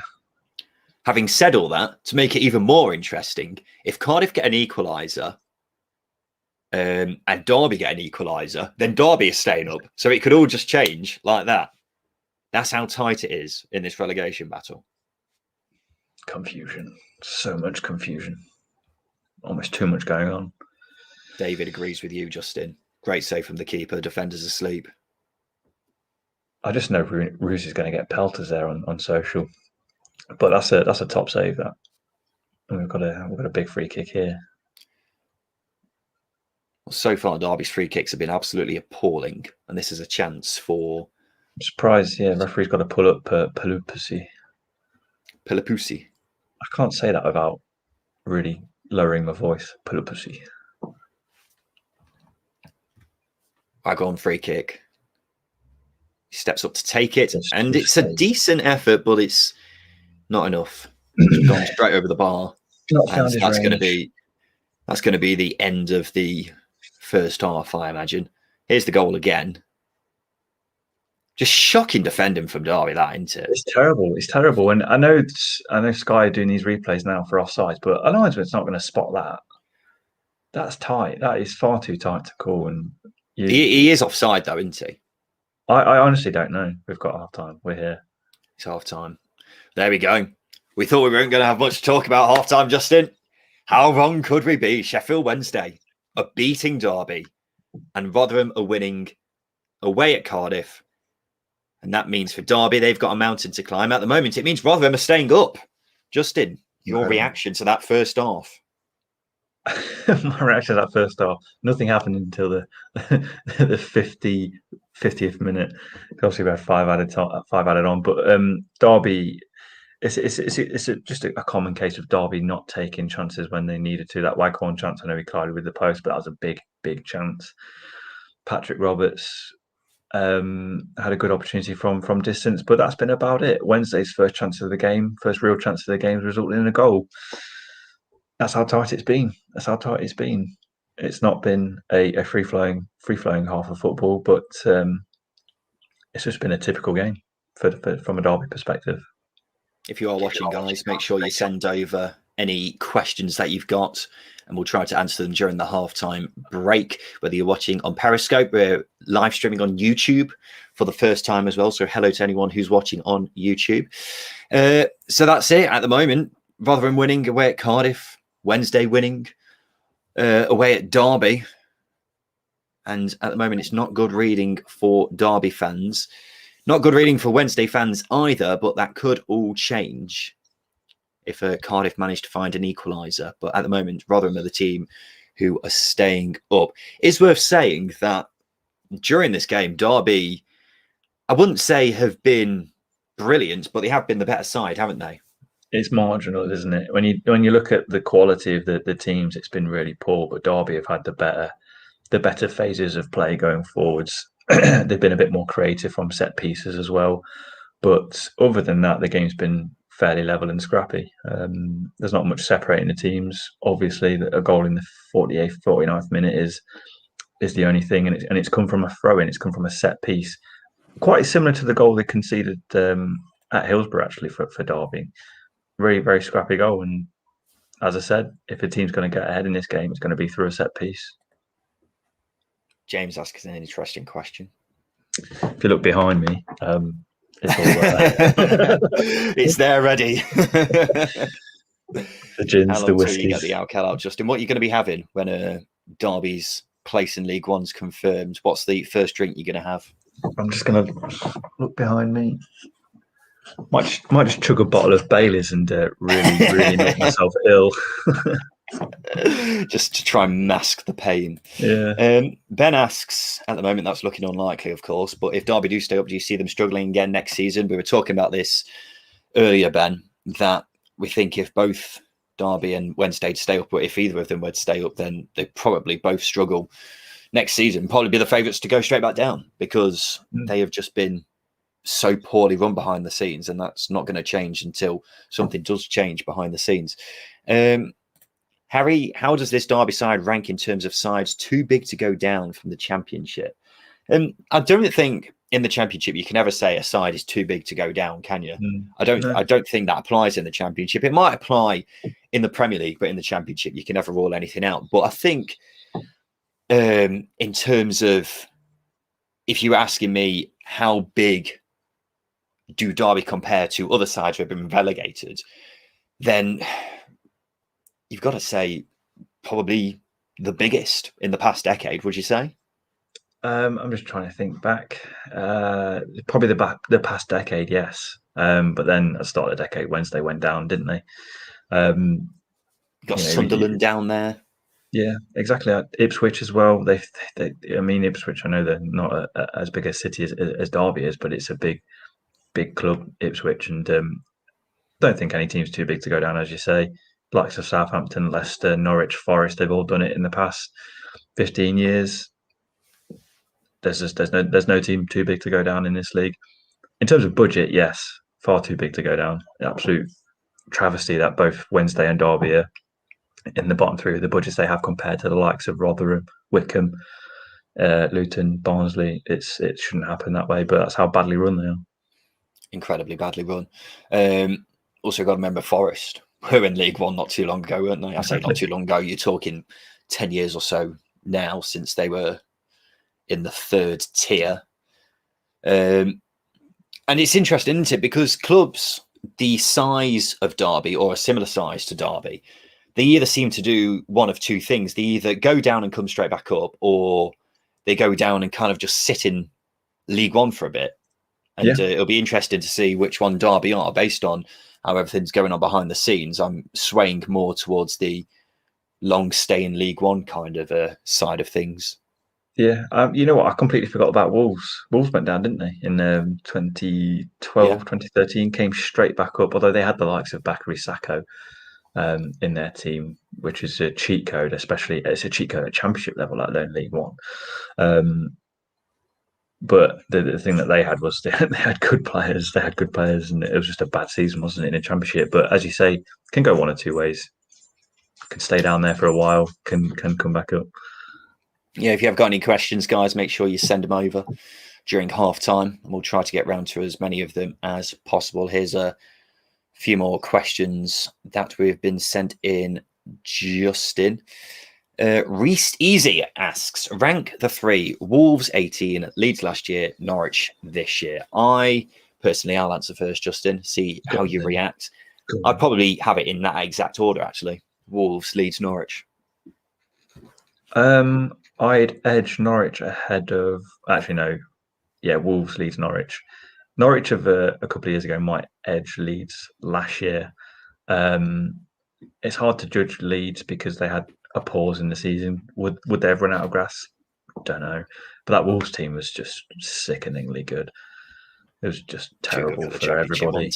It wasn't fair. A stats just come up on Sky. Derby conceding first, draws 2, 21 defeats, no wins. And from a Derby perspective, that's not good reading. However, a draw is enough to keep Derby up, because if Rotherham draw against Cardiff, that means Derby would stay up. So it can all change very quickly. We're just going to see the Rotherham goal again. They're 1-0 up against Cardiff. Lewis Wing with an absolute shit snorter of a volley from the edge of the box. This is fantastic, Justin. Yeah, Phillips, no chance with that. I don't know if it's raining in Wales, but on a zippy surface as well, he's got absolutely no chance. That to control a volley like that coming down from that height, it's one of the hardest things you can do. So that is top draw from Lewis Wing, and yeah, he's got ability, and it's a shame that he's not found his way into that Borough team because I'm sure he's a player that they could have used at various points this season. It's fantastic technique to pull off that. It really is. David asks, who won Derby's player of the season and who would be cherry-picked should they go down? The problem is, David, that even if Derby, whatever division Derby are in next season, it's very tricky to say who's going to be at the club because so many players are either on loan or out of contract. You've got the likes of Waghorn, Wisdom. These are players who are out of contract in the summer.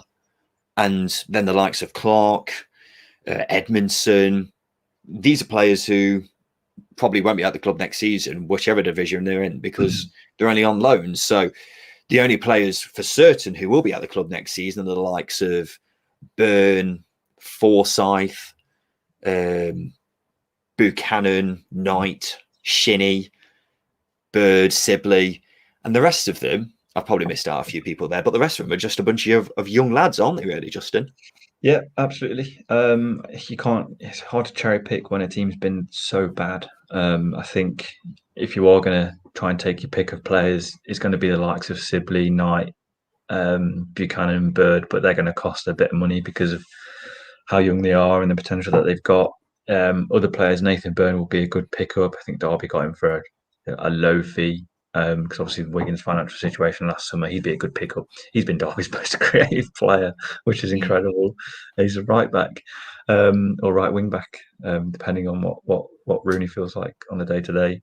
But yeah, I think Shinney would be a good pickup for any championship team. I think he's got a lot of. I think he's gone under the radar this season. I think his ability is quality. I think Curtis Davis. I know he's going to be 35, 36. Maybe 37. And you put in that face, but statistically, when he's played, he's been Derby's best defender. So I think as a backup sense, I got better than Clark. Statistically, yeah. I'm not having that. Statistically, go back to December, find that data. It's there. I think you'll find Clark has been the best defender for Derby this season. I don't think there's any debating around that. But I think I'm not saying as overall season wise, but statistically, when Davis has played, he's been Derby's best defender. Right, if you say so. But based on the actual pitch and actually watching the game, Clark has been Derby's best defender this season. He could be one who could go to a championship club. Obviously, he's only on loan from Brighton, and we all know how many defenders Brighton have got. He's not going to get a look in there anytime soon. So I imagine he would be a very good pickup for a championship side, maybe even a Premier League team, because I rate him that highly. I think he's absolutely class, Matt Clark. But as you quite rightly say, the young lads are the ones who I think will be cherry picked. It is going to be interesting what situation Derby are in terms of financially, because it might be a Wigan situation for all we know, where players are just being sold off like in a fire sale for just a couple of million. And I know Buchanan's been linked with, I think he's been linked with Man United this week. I've seen. Was it Chelsea, Arsenal? These players, in normal circumstances, you could probably command at least 5 million for them. But as we saw with Derby in January, they were selling off the young lads like Cade Gordon, for example.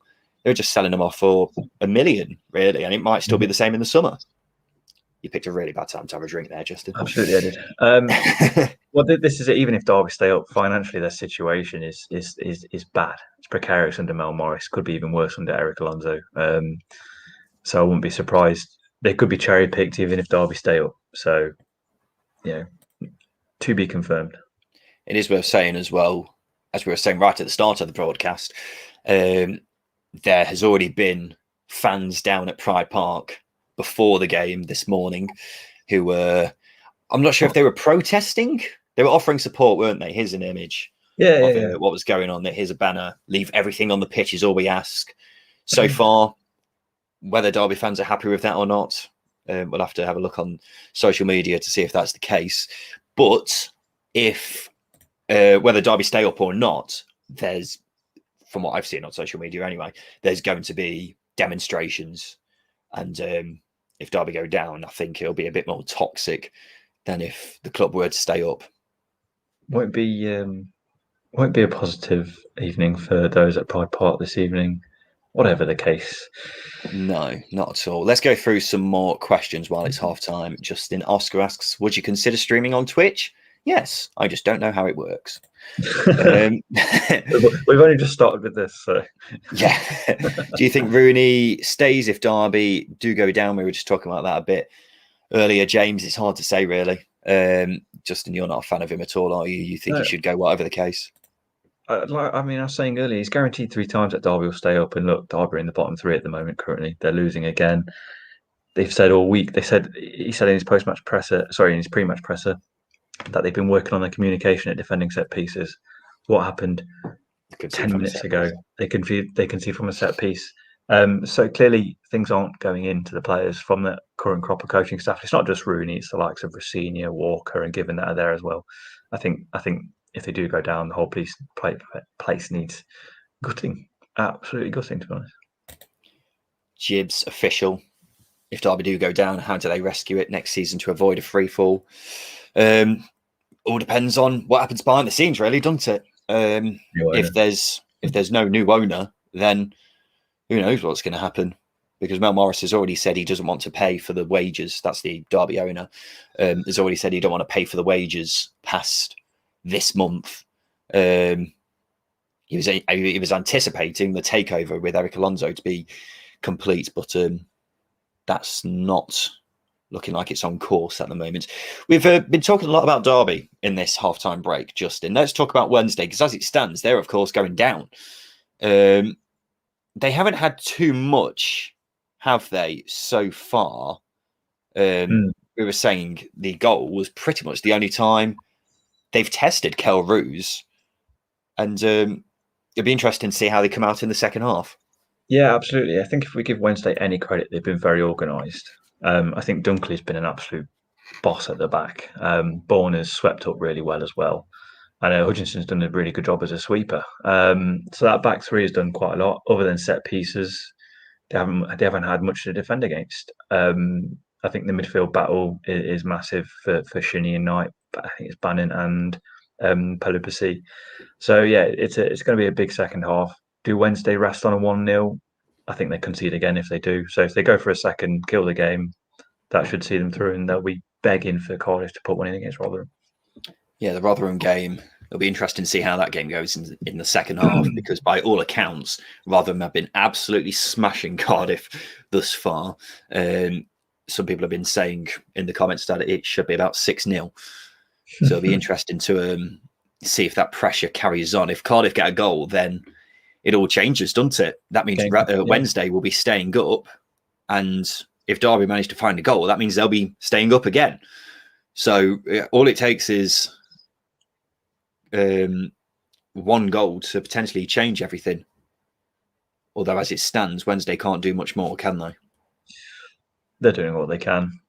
If they just win the game, it's almost better for them just to lose the game, isn't it? I guess, because as everybody says, it's the hope that kills you. So if they win the game and still go down, that'd be so disappointing. But it just goes to show that bringing in Darren Moore was 10 games too late, wasn't it? Massively. It really was. Chris asks, is Bielik on loan at Derby? Do you think he'll be in the Championship next year? It's hard to say. He's not on loan. He's there permanently. But of course, with his injury record, I can't see him leaving Derby in the summer. We won't pass a fitness test anyway, will he? Because he's going to be out. He's going to be out until the autumn anyway, isn't he? But with Bielik, him in League One would be very interesting to see, because in my eyes, he is pretty much a Premier League player. He's been there with Charlton, hasn't he? And that's what got him his move to Derby, was his form at Charlton when they came up under Bowyer. He was ridiculously good that season. it's just about him getting fit and getting back playing. Because if he has a good season in League One with Derby, then a team will pick him up, presumably at a lower price than what Derby paid. Derby paid something like £8 million for him, which is the absurdity of Mel Morris's ownership. We have just kicked off again at Pride Park for the second half. A massive 45 minutes for the future of Derby County, really. Also for Sheffield Wednesday, it's worth saying. At the moment, they can't do any more. They need to try and hold on to what they've got. Because, of course, they're relying on Cardiff pulling a goal back against Rotherham. How nervous are you now, Justin? In fact, what emotion are you feeling right now? It's really hard to tell with me because I don't display much. I mean, we've been friends for how long? And you know me, I don't show it all, do I? I've known you for about 25 years, 20 years, yeah, and I think I've seen emotion twice in that time. Yeah, and that's when we're not playing football as well. So it's very hard to say. As I was saying at half time, just not surprised. Pretty much resigned to relegation. As I said a couple of weeks ago on the podcast, my dad's reassured me that League One's an adventure. So I'm at least you're staying positive then. Yeah, I'm going in with that mentality. But I think even if Derby go down and Mel Morris sells the club, I'll be the happiest man alive.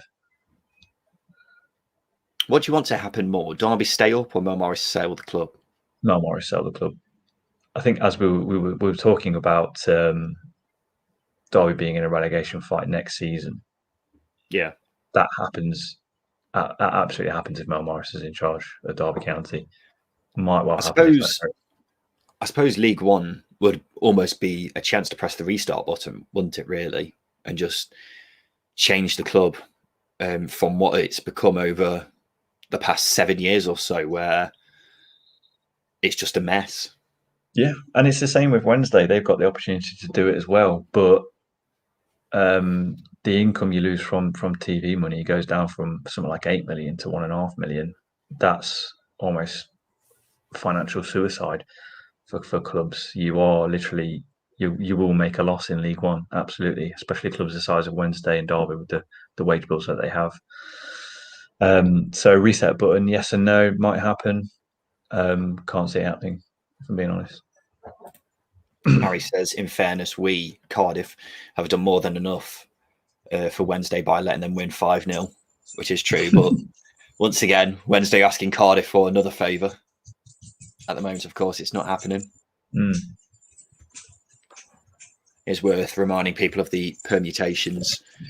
Derby need to win, or they can draw, but Rotherham also have to fail to beat Cardiff. Wednesday have to win, but also relying on Cardiff drawing or beating Rotherham. Well, Rotherham at the moment, they're home and hosed. If things stay as they are, they need to win, or actually that's it, isn't it? They just need to win and hope that Wednesday can hold on to this scoreline for Derby. Derby have got an attack here. Lawrence on the left. Oh, it's a big goal. Wagon, it's a goal. Wagon scored. That's a huge goal. That is a huge goal. And this game has got off to a flying start in the second half. Martin Wagon, who got clotheslined by the post in the first half. I'm pretty sure Colin Richards just wrapped his hand round Martin Wagon's head as well as he's celebrating. Just went, oh, bang. But Derby are back in it, 1-1. Look at this ball from Lawrence. What a ball that is. What a header. Shea Dunkley's gone straight for Westwood there. Look at Dunkley's reaction.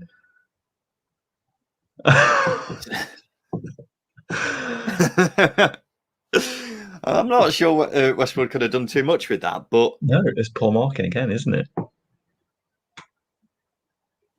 But that's a massive goal in the grand scheme of things. Huge. That is huge. I've got a smile on my face now. Talk about showing emotion. It doesn't mean much in terms of changing the picture at the bottom. It does mean that Wednesday would finish bottom, but because of Derby's poorer goal difference compared to Rotherham are still staying up. But it gives Derby a bit of hope because Derby need to win to get out of the mess that they're in. Justin, how are you feeling now? a little bit happier. I was sort of quite surprised by the goal because my dog was making too much noise. So I was trying to get him to shut up. But yeah, that is massive. I think I'm just quite relieved that Derby have shown a little bit more. But as you say, at the moment, we're still going down. We're still on the way down. So it's almost like Martin Waghorn, that when he hit the post, it knocked him out, and he's come back alive as a better footballer because he's been probably Derby's best player along with Roberts going forward. It has been a danger, and that's the frustrating thing with his and Gregory's injury. Martin Waghorn came into form, got injured against Luton, and Lee Gregory did the same thing. Derby's record about Lee Gregory's, they're all defeats, bizarrely. Mr. Nicholson, Wickham 3-0 up. The great escape on. They just need 9 more goals, I think. Can't roll it out. It is Championship. Wickham not confirmed for relegation yet, but unless they... In fact, are they also relying on Derby not picking up any more points? Yes, they are. Yeah, they are. Hearts are broken in Wickham. So that goal from Waghorn has had an effect on Wickham as well, which is a massive shame. Could Westwood have done more with that? I don't know. The defending there is terrible. Yeah, no, actually, Westwood has gone straight through him. You're talking about, Roos made that save from Rhodes for the Hutchinson goal. He's got a hand on it.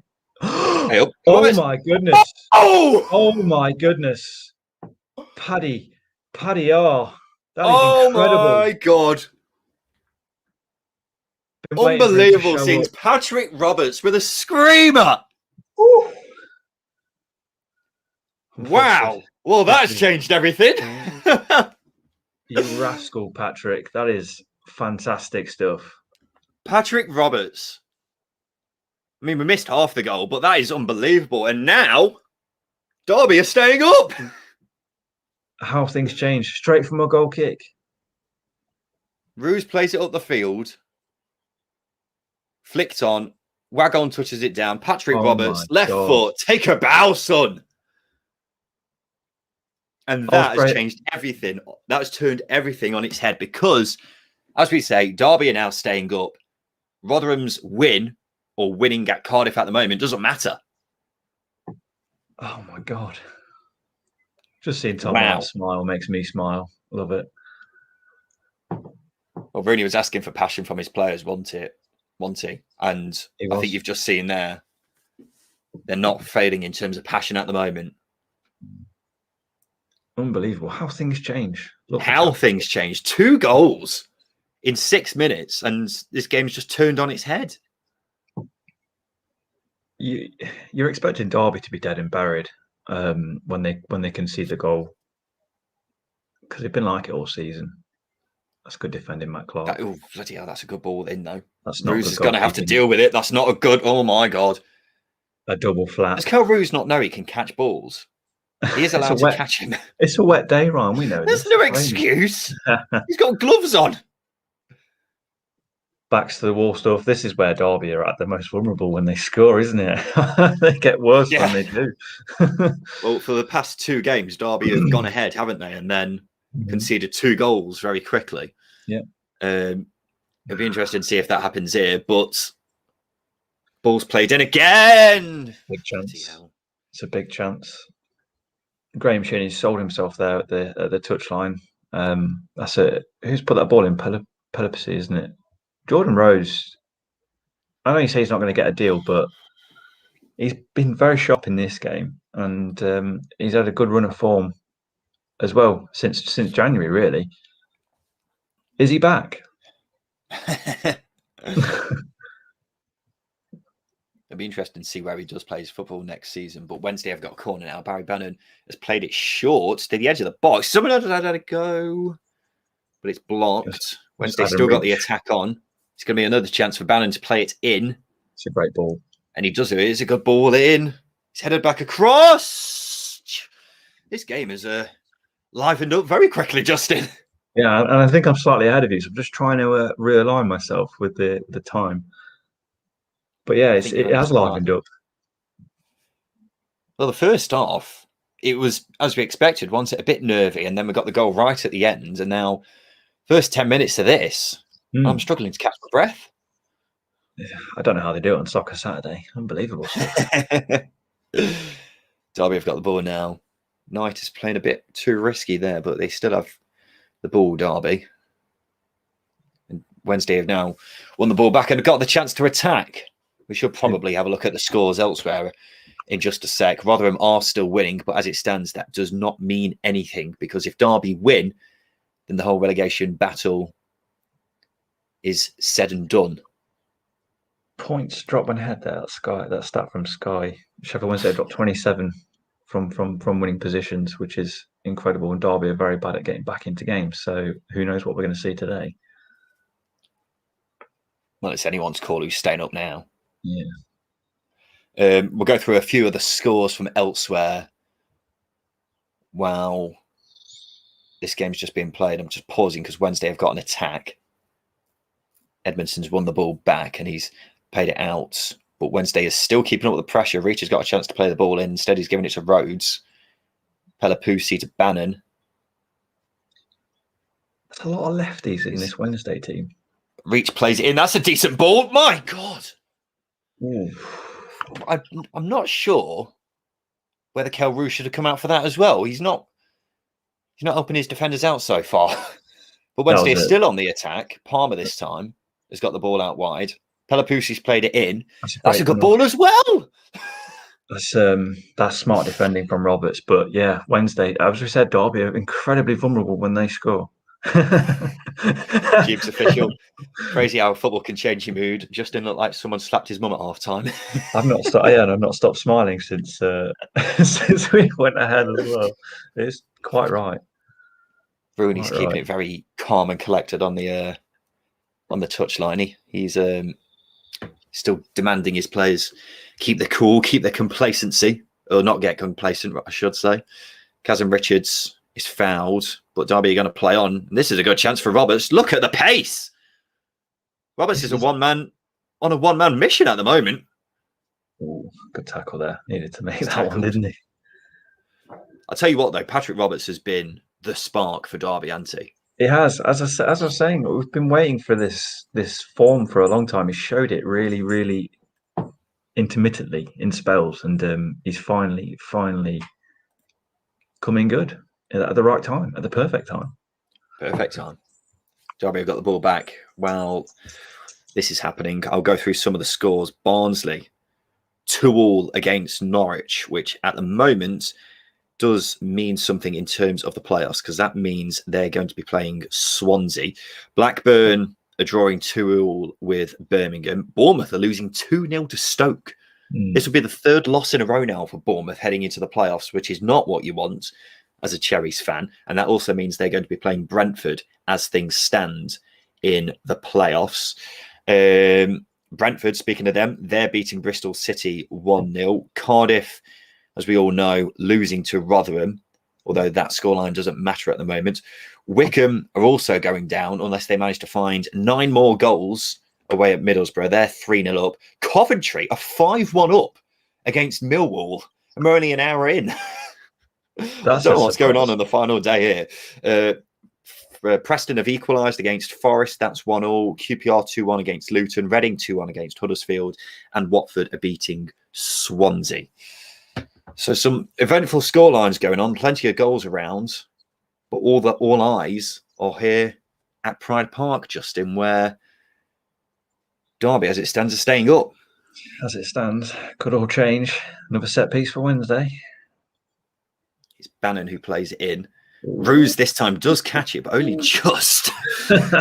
Told you it's a wet day. Jeez, he's not helping himself, is he?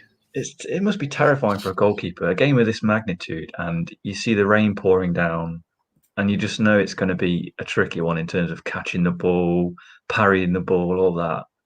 No idea what you go through. Here we go. Wagon's through. Wagon, no, what are you doing? He's offside anyway. Wagon was through there, and I'm not sure he was offside, you know. I don't think he was either. Be interested to see it again. Kazim Richards has been booked, I presume, for arguing with Mike Dean, who has been very strict today. It's got to be said. I think he left one on Adam Reach down in the left a while Or was ago. it for the foul? Yeah, it was for a foul. Yeah, Jason Knight, Oh, him coming off. Knight did have that injury in the first half, didn't he? Max Bird is coming on. That's an interesting change. It is an interesting change. I think they're looking for a bit of composure in the middle. I think Bird will bring that, a bit of composure. Good passing range as well. Looking to keep the ball. It's just whether or not he can help dominate in that midfield, because he's not like Jason Knight. He doesn't play the same way. No, but Knight is very much a runner, isn't he? Whereas Bird is more of a ball player. Ball's gone out for a throw-in after a long ball from Westwood. David asks, how disappointed have you been in Millwall bottling the draw record? Extremely disappointed, David. This was something I was looking forward to, but over the past couple of months, they've really let themselves down in terms of drawing games, haven't they, Justin? Yeah, God forbid they win them. Taper your expectations and ambitions, guys. Let's do what the fans want, and they haven't. They've upset everybody. Yeah, we'll get into Millwall and the rest of the championship. Oh, Wednesday, we've got a chance here. Burns fell over. Reaches played in a decent ball, but it's headed away. And Wednesday just turning the screw a bit here. Derby struggling to get control of the ball. It's probably got it. Just talking about Derby again on that substitution, it's probably the right time to bring someone on, because Derby have dropped so deep now. They've got literally 11 men in their own half. I know they're being pegged back a bit by Wednesday, but we were saying Derby are very vulnerable when they go ahead. And oh no! Oh dear! Wow, Patterson has just scored after what looked like a defensive mistake. Yes, a huge defensive mistake. And now it's 2-2 again, and this game has once again turned on its head. Jordan Rhodes is down injured. We were saying Derby drop off. They dropped off. They dropped deep. And they concede. And it's an experienced defender in Craig Forsyth who's cocked up there by passing it straight to Patterson. What has happened there? So the ball's been played in. I'm just watching this. What has happened there? Forsyth, what have you done there? Oh my goodness. So Reach has played the ball in. Rhodes and Clark have gone up for a header. I think they've both missed it, or at least flicked it on. And Forsyth has passed it straight to Patterson. He could have not played it into a poorer place, Justin. Just put your foot through that. Just put your foot through it. Just put it anywhere. Apart from there. Anywhere. There we go. It's 2-2 now. 2-2 in this game. Rotherham are still winning, and it's all turned on its head again. Rotherham are staying up now. This is what the neutrals wanted, isn't it? A bit of drama. This is exactly the sort of thing you needed. Well, we weren't expecting many goals, were we? But we've been proven wrong. The first 40 minutes of the game, there was no signs of any goals at all. But both teams have just started getting the kitchen sink out. Just checking in on the Rotherham game, and it does seem to have quieted down in the Rotherham game. And Cardiff really not at the races. Lewis Wings had another chance. They're in the 74th minute there, so they've got another 15 to play. Yeah, it is worth saying that all the other games are about 10 minutes ahead of this Derby game after Waghorn's injury in the first half. So that could have an impact on proceedings, because Wednesday could find out that they're relegated. We've cut to something, and it was just a chance. Very decent chance for Rotherham. Justin Peach, what is going through your head right now as a Derby fan? I'm back to being unsurprised and a bit annoyed that an experienced defender has just made that error, and he's made a lot this season. And Rooney's put a lot of faith in him ahead of Buchanan, and it's not come up good yet. And I like Forsyth; he's a good servant, but that's a big error. That's a huge error. Could send Derby down. Absolute clanger, but Derby have a throw in. Edmondson is going to take it. It's going to be a long one, launched into the box. These haven't really worked for Derby thus far, but it'd be interesting to Not see at if all. this one's a bit more productive. Okay, here it comes. Edmondson launches it in, and it's headed behind for a corner where Derby have had a bit more luck in recent times. Yeah, they're much better from kicking corners, from kicking set pieces. Matthew says these live watch-alongs are great, lads. No problem, Matthew. We want to do more of them. Of course, we'll probably look to do the same for some of the playoff games. Derby have got a corner here. Different taker in Roberts. It's a very deep one. Forsyth is there. Clark's there as well, but it's cleared away by Wednesday. And they're going to try and recycle possession here, Derby. It goes back. Final 25 minutes of this game, Justin. As it stands, Rotherham are staying up because they're winning away at Cardiff. But a Derby goal could change all of that, and Derby will be staying up. As it stands, Wednesday are going down. If Rotherham were to win away at Cardiff, then this game, from a Wednesday perspective, means diddly squat. Because Wednesday will be relegated. I mean, again, we're seeing a lot of fight from Wednesday here, which we were saying that they've not displayed a lot of that, and that Forest game again seemed to sum them up a little bit. Really, just lacked anything. But what they've shown in this game should give Wednesday fans a lot of confidence in not only Darren Moore and his team, but some of the players that are there as well. Wednesday have got an attack here. Is he not offside? It's a throw-in, you know that, right? Oh, was it? Sorry, I was down on phone tweeting. That could have been embarrassing for you. I was trying to get people to watch for the final 25 minutes. And it's going to be, based on how this game has been the second half has been so far, it's going to be an eventful final 25 minutes because Wednesday have a corner and Barry Bannon's going to be the man to whip it in. It's a great ball. It's on the keeper, but it's headed away. And Derby are going to have to defend another throw-in. We've seen a lot of decent set pieces in this game. I mean, both teams are crap, so it's not surprising at all. Well, set pieces have been the main danger, haven't they? I think there's no debate in that, really. I know only one of the goals has actually come from a set piece, but there haven't been many chances from actual open play, whereas both sides have had chances from set pieces. Wednesday have a chance to play it in. Someone is completely free at the far side of the box, but that's going to go behind for a corner. And Wednesday are going to keep up the pressure. Derby struggling to get out of their half, Justin. They've struggled for the last 15 minutes, really, to get out, which is why they succumbed to pressure for that second goal that Wednesday scored. And, you know, they've really turned up the heat Wednesday.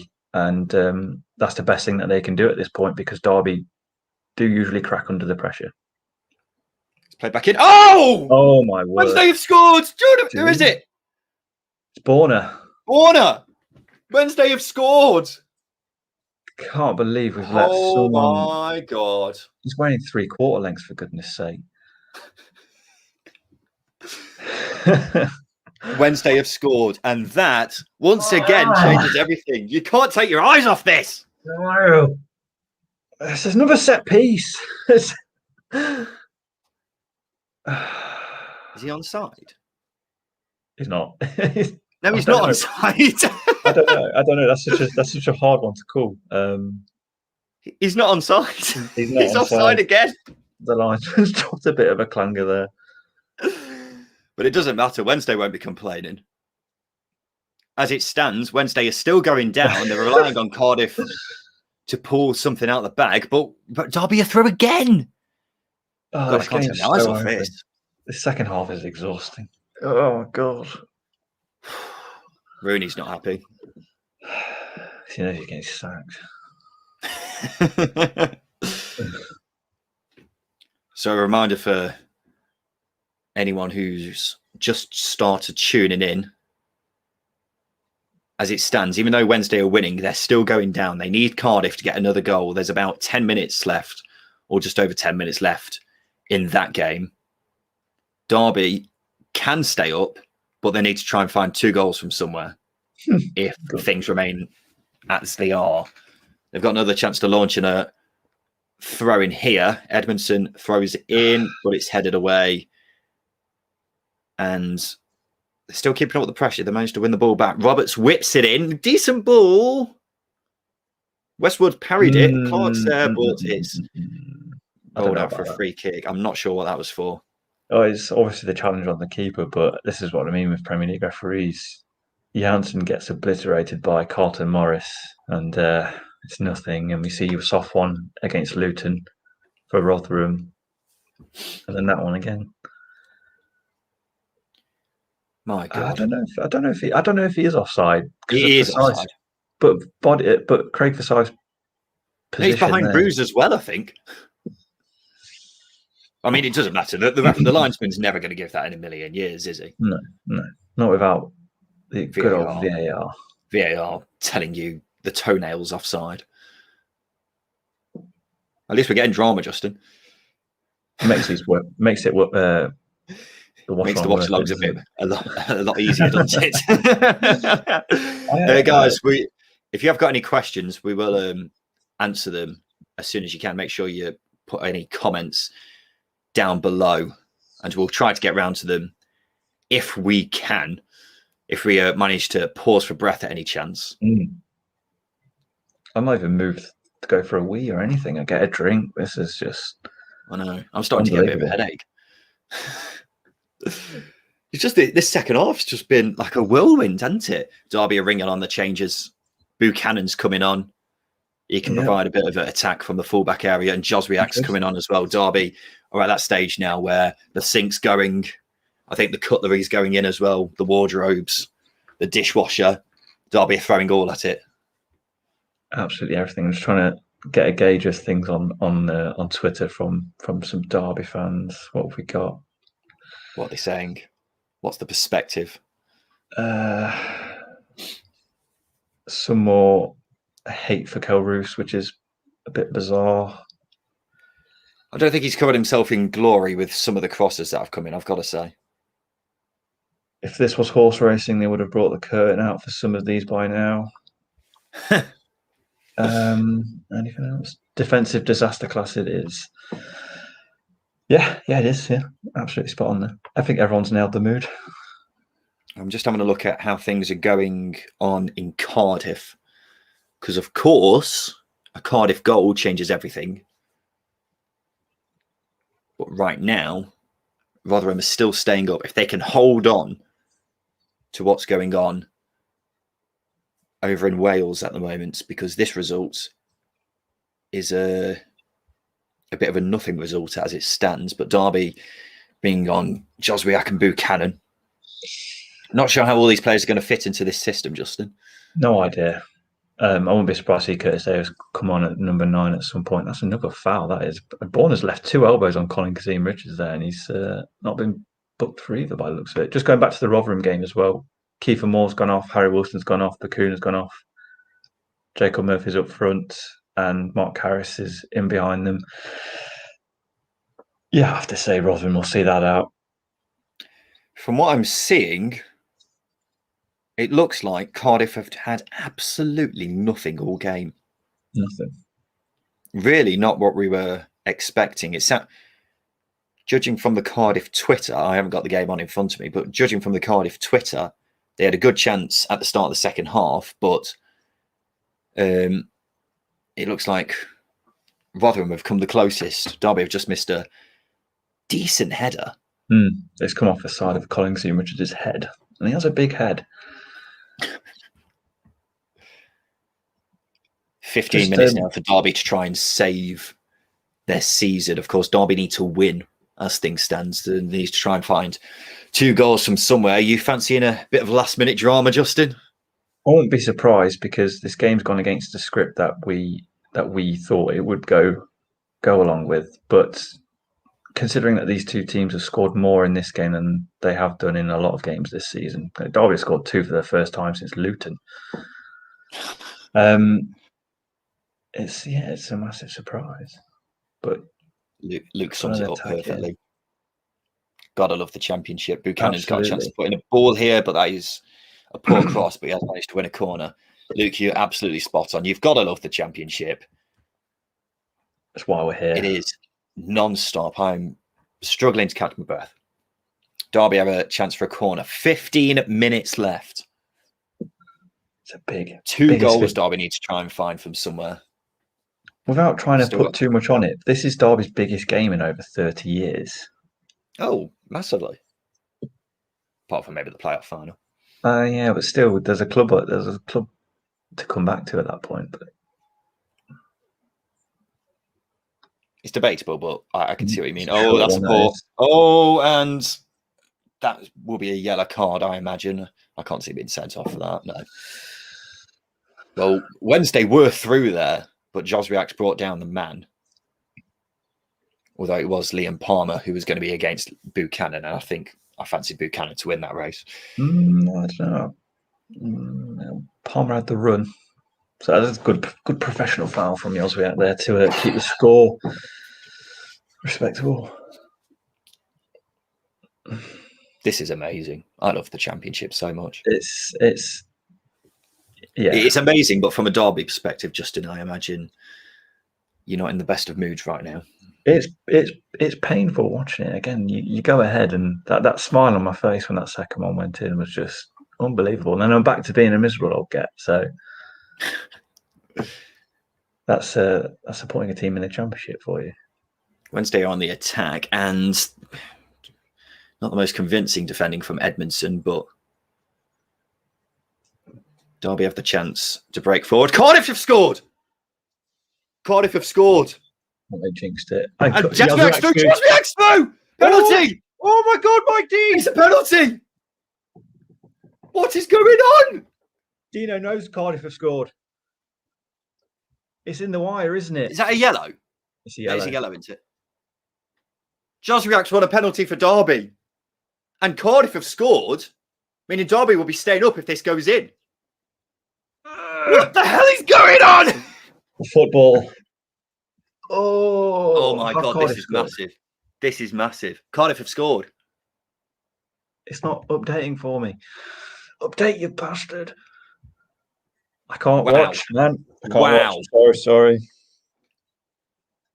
Oh, the championship. It is worth saying, before this is taken, that Cardiff drawing means Wednesday is staying up right now. But if Derby score this, which they have, Martin Waghorn, means Derby is staying up.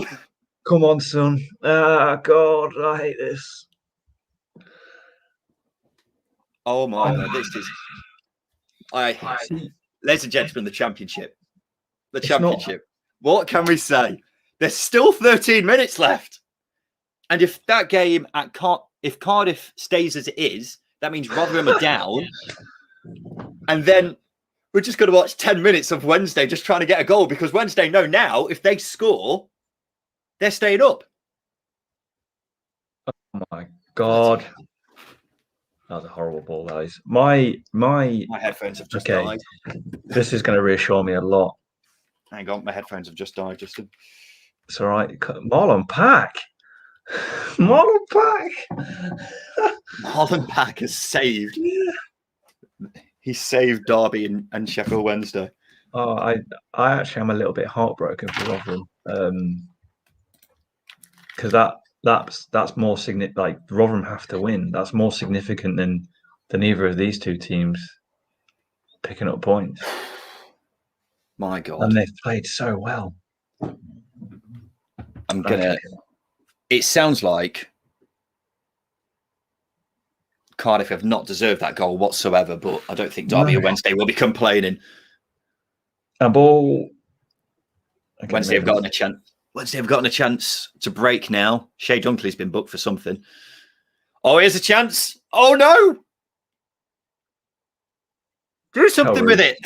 Got to calm down there, Roos. You can't come out for that. Wednesday on the attack. Bannon plays it across to Pelapusi. He clips it in and it's headed away. But Derby have a chance to break now. Worth saying, if Derby score again, then that's pretty much it. Yeah, I thought so, but they're going to give Wednesday a couple more chances before the end of the game. Kachunga's come on for Wednesday. Dean seems to have let everything go. Yeah, he's gone from being the most strict ref on earth to letting everything go. And Wednesday on the attack again. Barry Bannon now plays it across. There's no one over there. Palmer plays it in. Really deep ball. Reaches free. And Byrne just gets in there to nip away with the ball. And now Derby are on the attack. So frantic. Just someone get a foot on the ball, man. Keep it relaxed. Like I said earlier, I've not been to the toilet, and this is not ideal for that. Honestly. Justin, is that echoing? No. No, cool. I'll take my headphones out then. There's more important things than your headphones at stake here, right? Sorry, I'm in just the pure excitement. My earbuds just died. AirPods, whatever they're called. Airbuds, that film with the dog, isn't it? 10 minutes left, ladies and gentlemen. 10 minutes of the championship season left to go. And as it stands, Derby are going to avoid relegation right at the death. They're still playing at Rotherham, still playing at Cardiff, rather. What's the added time? There's 4 minutes added time. They're in the 92nd minute. Here he is, the hero. Curtis Davis. Big Kurt coming on to save everyone. Can't wait for him to go up front when Derby concede again. Who's he coming on for? I'm just watching the final few minutes of the Cardiff-Rotherham game. Cardiff have got a free kick. We're into 90 plus now. Wednesday playing the ball, throw in. Oh, it's not clear. It's cleared away now. Lawrence. And Pelopousi. Here we go. Here we go. Roberts is through. Roberts is through. Is this it? Oh, no, what are you doing? You absolutely. That was it. That was the chance. That was it. That would have been everything. Everything would have been done. I could have gone to the toilet as well. And now Wednesday are attacking. Oh, you absolute half-wit. What has he done? Trying not to say anything really horrible about him, but that is big. And again, like the offside goal, could be a shot in the arm for Wednesday. They're still playing at Rotherham, as far as I can see.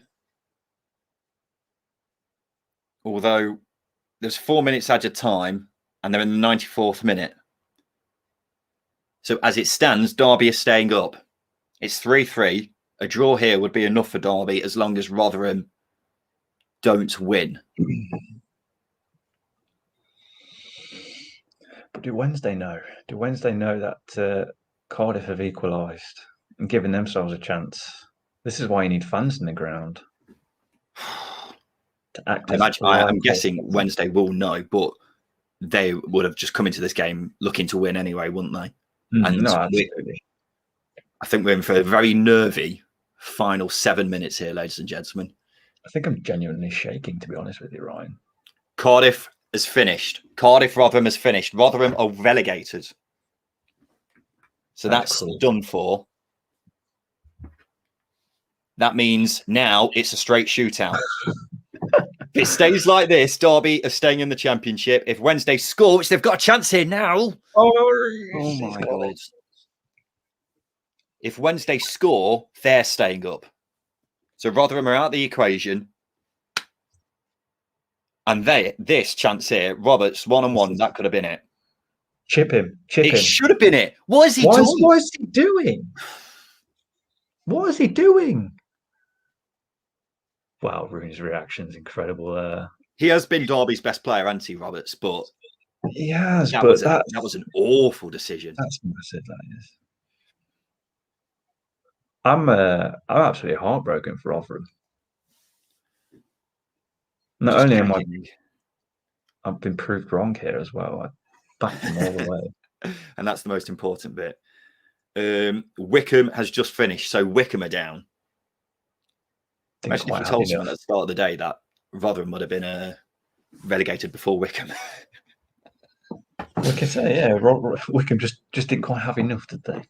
I.e., another 9 goals. Martin Waghorn's been taken off. He's just been carded for something. No, I think it was the sub's been. I think it was Festi Ebasili. It's been carded.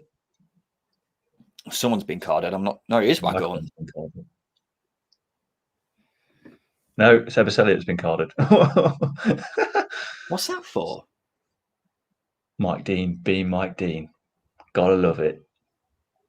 I don't know what that's for. I think I think someone threw the ball back to the Wednesday player for a throw, and Ebasili put his hand out to stop it, which is ultimate shithousing. That's what you want to see. 5 minutes left. 5 minutes for Derby to pull off what looked like a good 20 minutes ago, what looked like a very unlikely escape.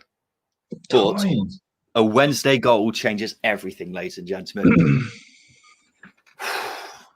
Unbelievable. Nervous, Justin? I'm very, very, very nervous.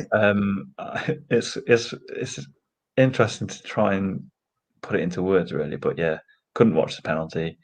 Struggling to watch this. Heart is beating incredibly fast. Derby have the ball in their own area. And at the moment, they're struggling to hold on to possession. It's very much a case of Wednesday attack, Derby win it back, and then give it straight back to Wednesday, who are now resorting to just launching it as far as possible into the Derby half. 4 minutes left, plus injury time. Not sure how much injury time there's going to be. Probably 4 or 5 minutes. Rhodes was down injured, getting his cut sorted after Wednesday took the lead. Christ, if you are watching, this is the second tier. I'm just struggling for words at this point, Justin. This is the second tier watch along of the final day of the season. We're expecting it to be edgy. We were hoping there'd be entertainment, and we've been given entertainment. It has been one hell of a roller coaster, and it's not done yet. 3 minutes left, plus injury time. This is going to need a lot of taking apart after Justin. Nathan Byrne has cleared it away, but not very well. Adam Reach has played it in. It's a deep ball. It's not a bad ball, you know. Oh, Allen's dealt with it. It's a goal kick. And it's a goal kick, even though I'm not sure it was a goal kick. But Wednesday complain, but they're going to carry on. There's Steve McLaren in the background. I can see Hare Island. That's exactly what I needed to just relax me a little bit. A Wednesday goal changes everything. It's just ridiculous, isn't it? The way the championship works out. I hate it and I love it. It's amazing. It's amazing. Ruse plays the ball up. It's a big header. Wednesday head it back. Someone's gone down claiming a free kick, but it's not been given. Now Westwood has the ball. Wednesday are, I imagine, aware that Rotherham have been relegated. The worst thing Derby can do is just sit in, because they're bad at sitting in. They're the worst team in the league for sitting in, but that's what they're doing. You're just hoping on people, on players doing their jobs, doing their roles, because they're not going to get another chance in this game. And you are relying on really crap balls like that from Wednesday. But that's not what you need. Derby are just giving the ball back. They just need to hold on to possession. Bannon's got the chance to try and find a man here. He's gone for Palmer on the right. Palmer's won the challenge from Roberts, and Kadeem Harris has been called offside. That's really poor. That's really poor. That's throw a remote at the TV kind of poor. That is. You can't take your eyes off this, can you? Martin Waghorn there, directing traffic, even though he's out of contract in the summer. Probably won't be at Derby next season. I'll be honest with you. After this, offer him as much money as you want, because I'd argue that he's been one of the second half Probably Derby's best player. You're going to score 2, laid on the pass for Jozwiak's penalty as well. Collided with a post. What a day. It has been one hell of a day. Is there a late twist? We're into injury time. 6 minutes. 6 minutes? Where they got 6 minutes from? Mike Dean wants the drama. We love it. Palmer's dashing forward. He's played the ball in, but it's a poor cross and he goes out for a goal kick. A lot of people take that all day. And now multiple balls are being thrown onto the pitch as Wednesday try and get play back underway. Let's just walk past 2 balls. I'll be very surprised if Cal Roos doesn't get a booking in a sec.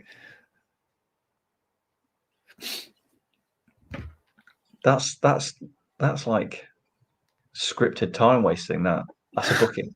That's a booking if we're talking on time. 5 minutes left. 5 minutes left, Justin, for Derby to remain in the Championship. All they've got to do is just keep out Wednesday for 5 minutes. There's a Wednesday free kick on the halfway line. This is a big free kick for Wednesday. And at this point, Derby are trying to waste as much time as they possibly can. Barry Bannon is going to play the ball in. Derby and Wednesday players all lined up on the box. Edge of the box. Ball's played in. Big header, Matt Clark. Hutchinson crosses it back in. And that's a corner. Ooh. Come on, Westwood, get up here. Is Westwood coming up? I think he's coming up. Jimmy Glass levels this. Jimmy Glass, Carlisle. Oh, you. No, he's not coming up. Get up! Come on! What have you got to lose here, apart from Championship status? Barry Bannon's got a corner from the far side. He whips it in. It's played in, but it's headed away. It wasn't a great corner, but he's got another chance to play it in. He's done it, and he's crossed in. Ruiz hasn't done well there, but it's cleared away. 4 minutes. Wednesday still on the attack. Windass is brought down. Derby have a chance to attack. Jozwiak. Is that a throw-in? It's a Derby throw-in, which they'll take all day. Goodness me. This is a long... This is the longest 6 minutes of your life, Justin. It is. Who's just come on for Wednesday there? Andre Green, a bit too late for that. He wasn't brought on earlier, to be honest. Yeah, a bit too late for that. Andre Green, one last throw of the dice, and Derby are really taking their time over this throw-in, which I imagine Mike Dean will be saying is all going to be added on. Yeah, he's just checked his watch out. There'll be an extra minute on. You need it, don't you? This is taking forever. Come on, Nathan Burn, get the ball back in. Derby cleared the ball and it's gone straight out for a throw-in. Terrible. And it means it's another chance for Wednesday to attack. There's Mel Morris, the most popular person in Derby right now. Wednesday attack again. Ball's hoofed up. It's cleared away, though, by Derby, and Wednesday has still got the ball. Bird clears. 2.5 minutes. Everyone, I just want you all to just appreciate Justin Peters' face right now. I'm going to be very quiet for the last 2.5 minutes of this. I apologise in advance. I can't. Palmer plays it back. Hutchinson plays it forward. They're trying to get the chance to put in a ball Wednesday, and they can't find it. There's your chance. Bannon clipped it in. In. That's a good ball. It's still there. It's played in by Green. It's headed away by Davis. And it's going to be a long throw. It's a last-minute long throw. Callum Patterson's still on. We're in the 94th minute here.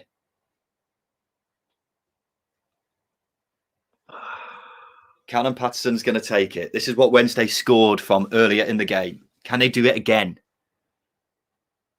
And the Derby players are trying to time waste as much as they can. Ball's played in. It's flicked on. Oh! It's cleared away, and it's a poor clearance. It's gone out for another throw-in. I'm losing my voice. Reach has gone early. He's gone early. He's played in. That's a good ball. He's headed away. Kazim Richards heads it away. This is unbelievable stuff. Julian Borner. He's done him. Oh, he's got past him. He's got past it. It's a corner. Last minute corner. Final minute of the championship season comes down to this. Kieran Westwood. What's he doing? He's up. This is drama. Westwood's come up for the corner. It's being played in. That's a big header. Headed away. Shoot. It's a good corner. Boone's got the chance to shoot. Is Josh Reagan going to get there? Is Josh Reagan going to get there? Shoot! Oh, that's a nasty tackle. Is he going? It's a yellow card, and Derby are going to take the time over this free kick. Surely that's it. Surely. I don't know why Josh Reagan hasn't shot here. I think he's got too much momentum to get his composure.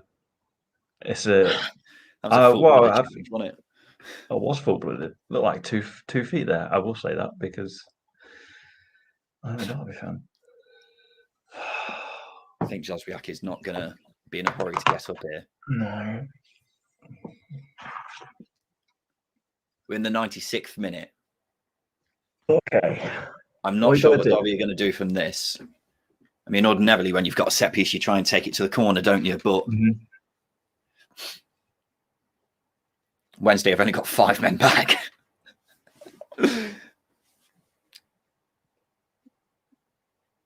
Boxing in. Okay. In classic kind of like a rugby kind of tactic. Sunday League cliche, isn't it? Last chance. Wednesday play it forward. All eyes on Mike Dean. Come on, Michael. That is a terrible clearance from Tom Lawrence.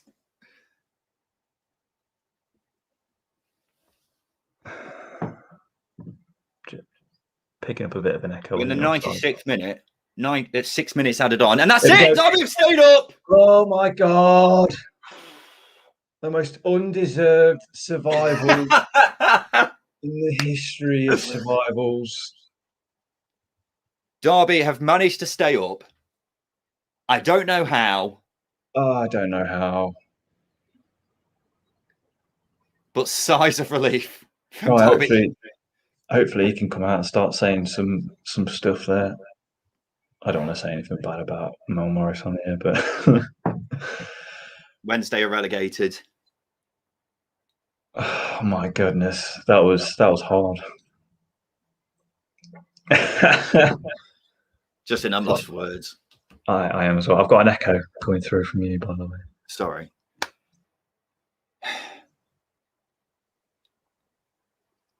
Waggy, you're an absolute legend.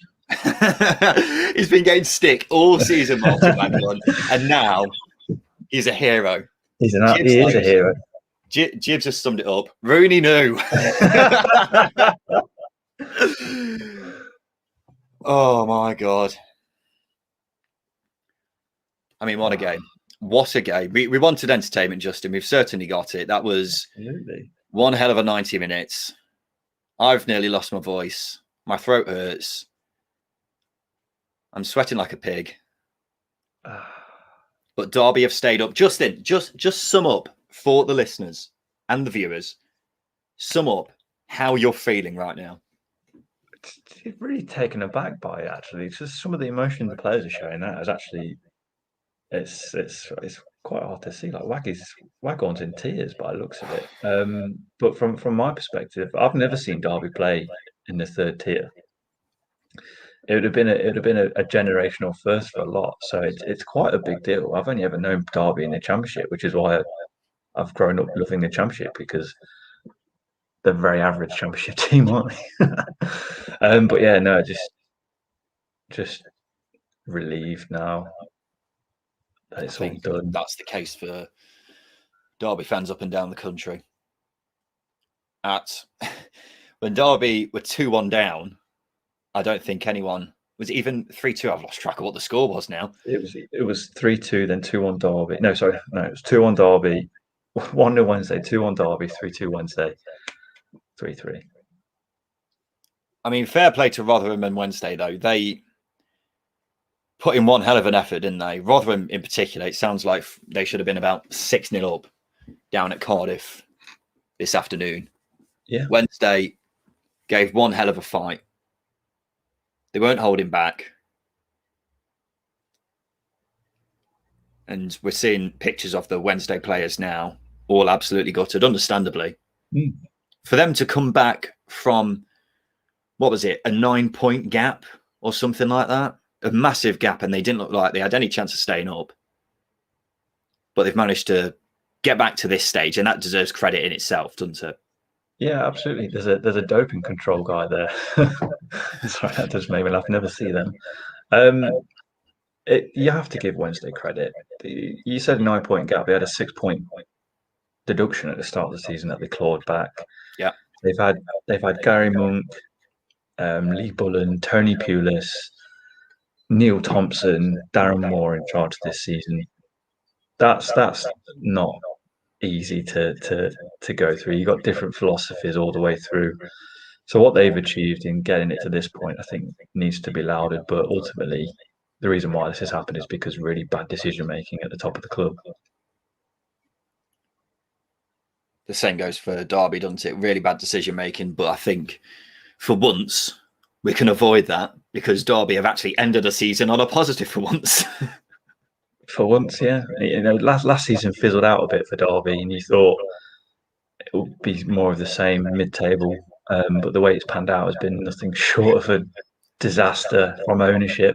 I mean, the camera keeps panning to Mel Morris. he's the architect of all of this. He's the reason why Derby are in this mess, and again, could be avoided.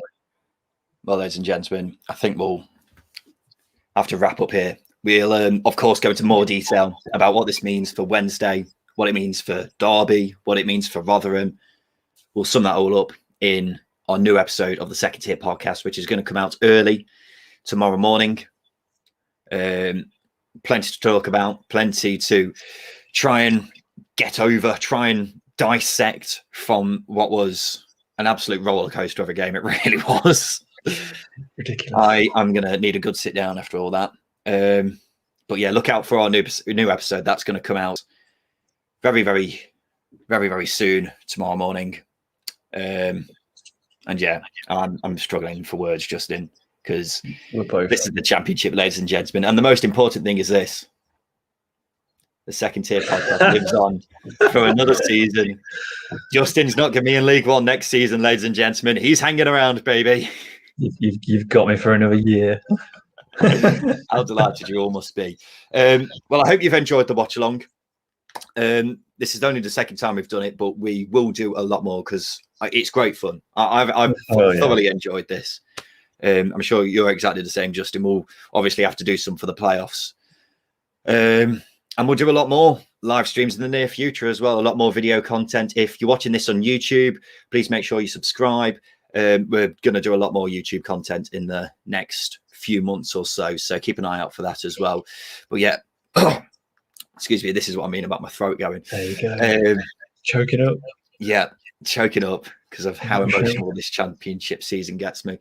But yeah, I'm rambling on at this point, aren't I? Justin, let's get out of here. This has been the Second Tier Podcast. Thank you for watching this watch along. I've been Ryan Dilks.